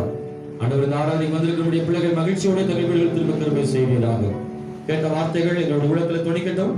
கேட்டதன்படி வாழ கிருபை செய்யும். வசனத்தின்படி நாங்கள் வாழ்வதற்கான பலனையும் கிருபைகளையும் கர்த்தர் தாமே கட்டளையிட வேண்டும் என்று உடைய சமூகத்தில் ஜெபிக்கிறோம். தேவனே பலன் தாரும், ஆசீர்வதியும். உங்க நாமத்தின் மகிமைப்படுத்தும்படி கெஞ்சுகிறோம் ஆண்டவரே. அப்பா, இந்த காலை ஆராதனையில் வந்திருக்கிறவருடைய பிள்ளைகளுடைய வாழ்க்கையில் மிக அத்தியாவசியமான தேவைகளோடும் அவசரமான தேவைகளோடும் இங்க யாராவது இருந்தால் கர்த்தர் தேவைகளை சந்திக்கும்படியாக உடைய ஊழியக்காரன் ஜெபிக்கிறேன். பிதா, குமாரன், பரிசுத்தாவியின் நாமத்தினுடைய ஆசீர்வாதம் அவர்கள் மேல் வருவதாக. நீரே கிருபை தாரும் என்று ஜெபிக்கிறோம் கர்த்தாவே. தொடர்ந்து இந்த நடக்கிற 40 நாள் உபவாச ஜெபங்களை ஆசீர்வதியும். அநேக விசுவாசிகள் வந்து கலந்து கொள்ள கிருபை செய்யும்படி ஜெபிக்கிறோம் கர்த்தாவே. இயேசுவின் நாமத்தில் ஜெபிக்கிறோம் நல்ல பிதாவே. ஆமென். என் ஆத்துமாவே கர்த்தரை ஸ்தோத்திரி. என் முழு உள்ளமே ஒரு பரிசுத்த நாமத்தை ஸ்தோத்திரி. என் ஆத்துமாவே கர்த்தரை ஸ்தோத்திரி. கர்த்தர் செய்த சகல உபகாரங்களை மறவாதே.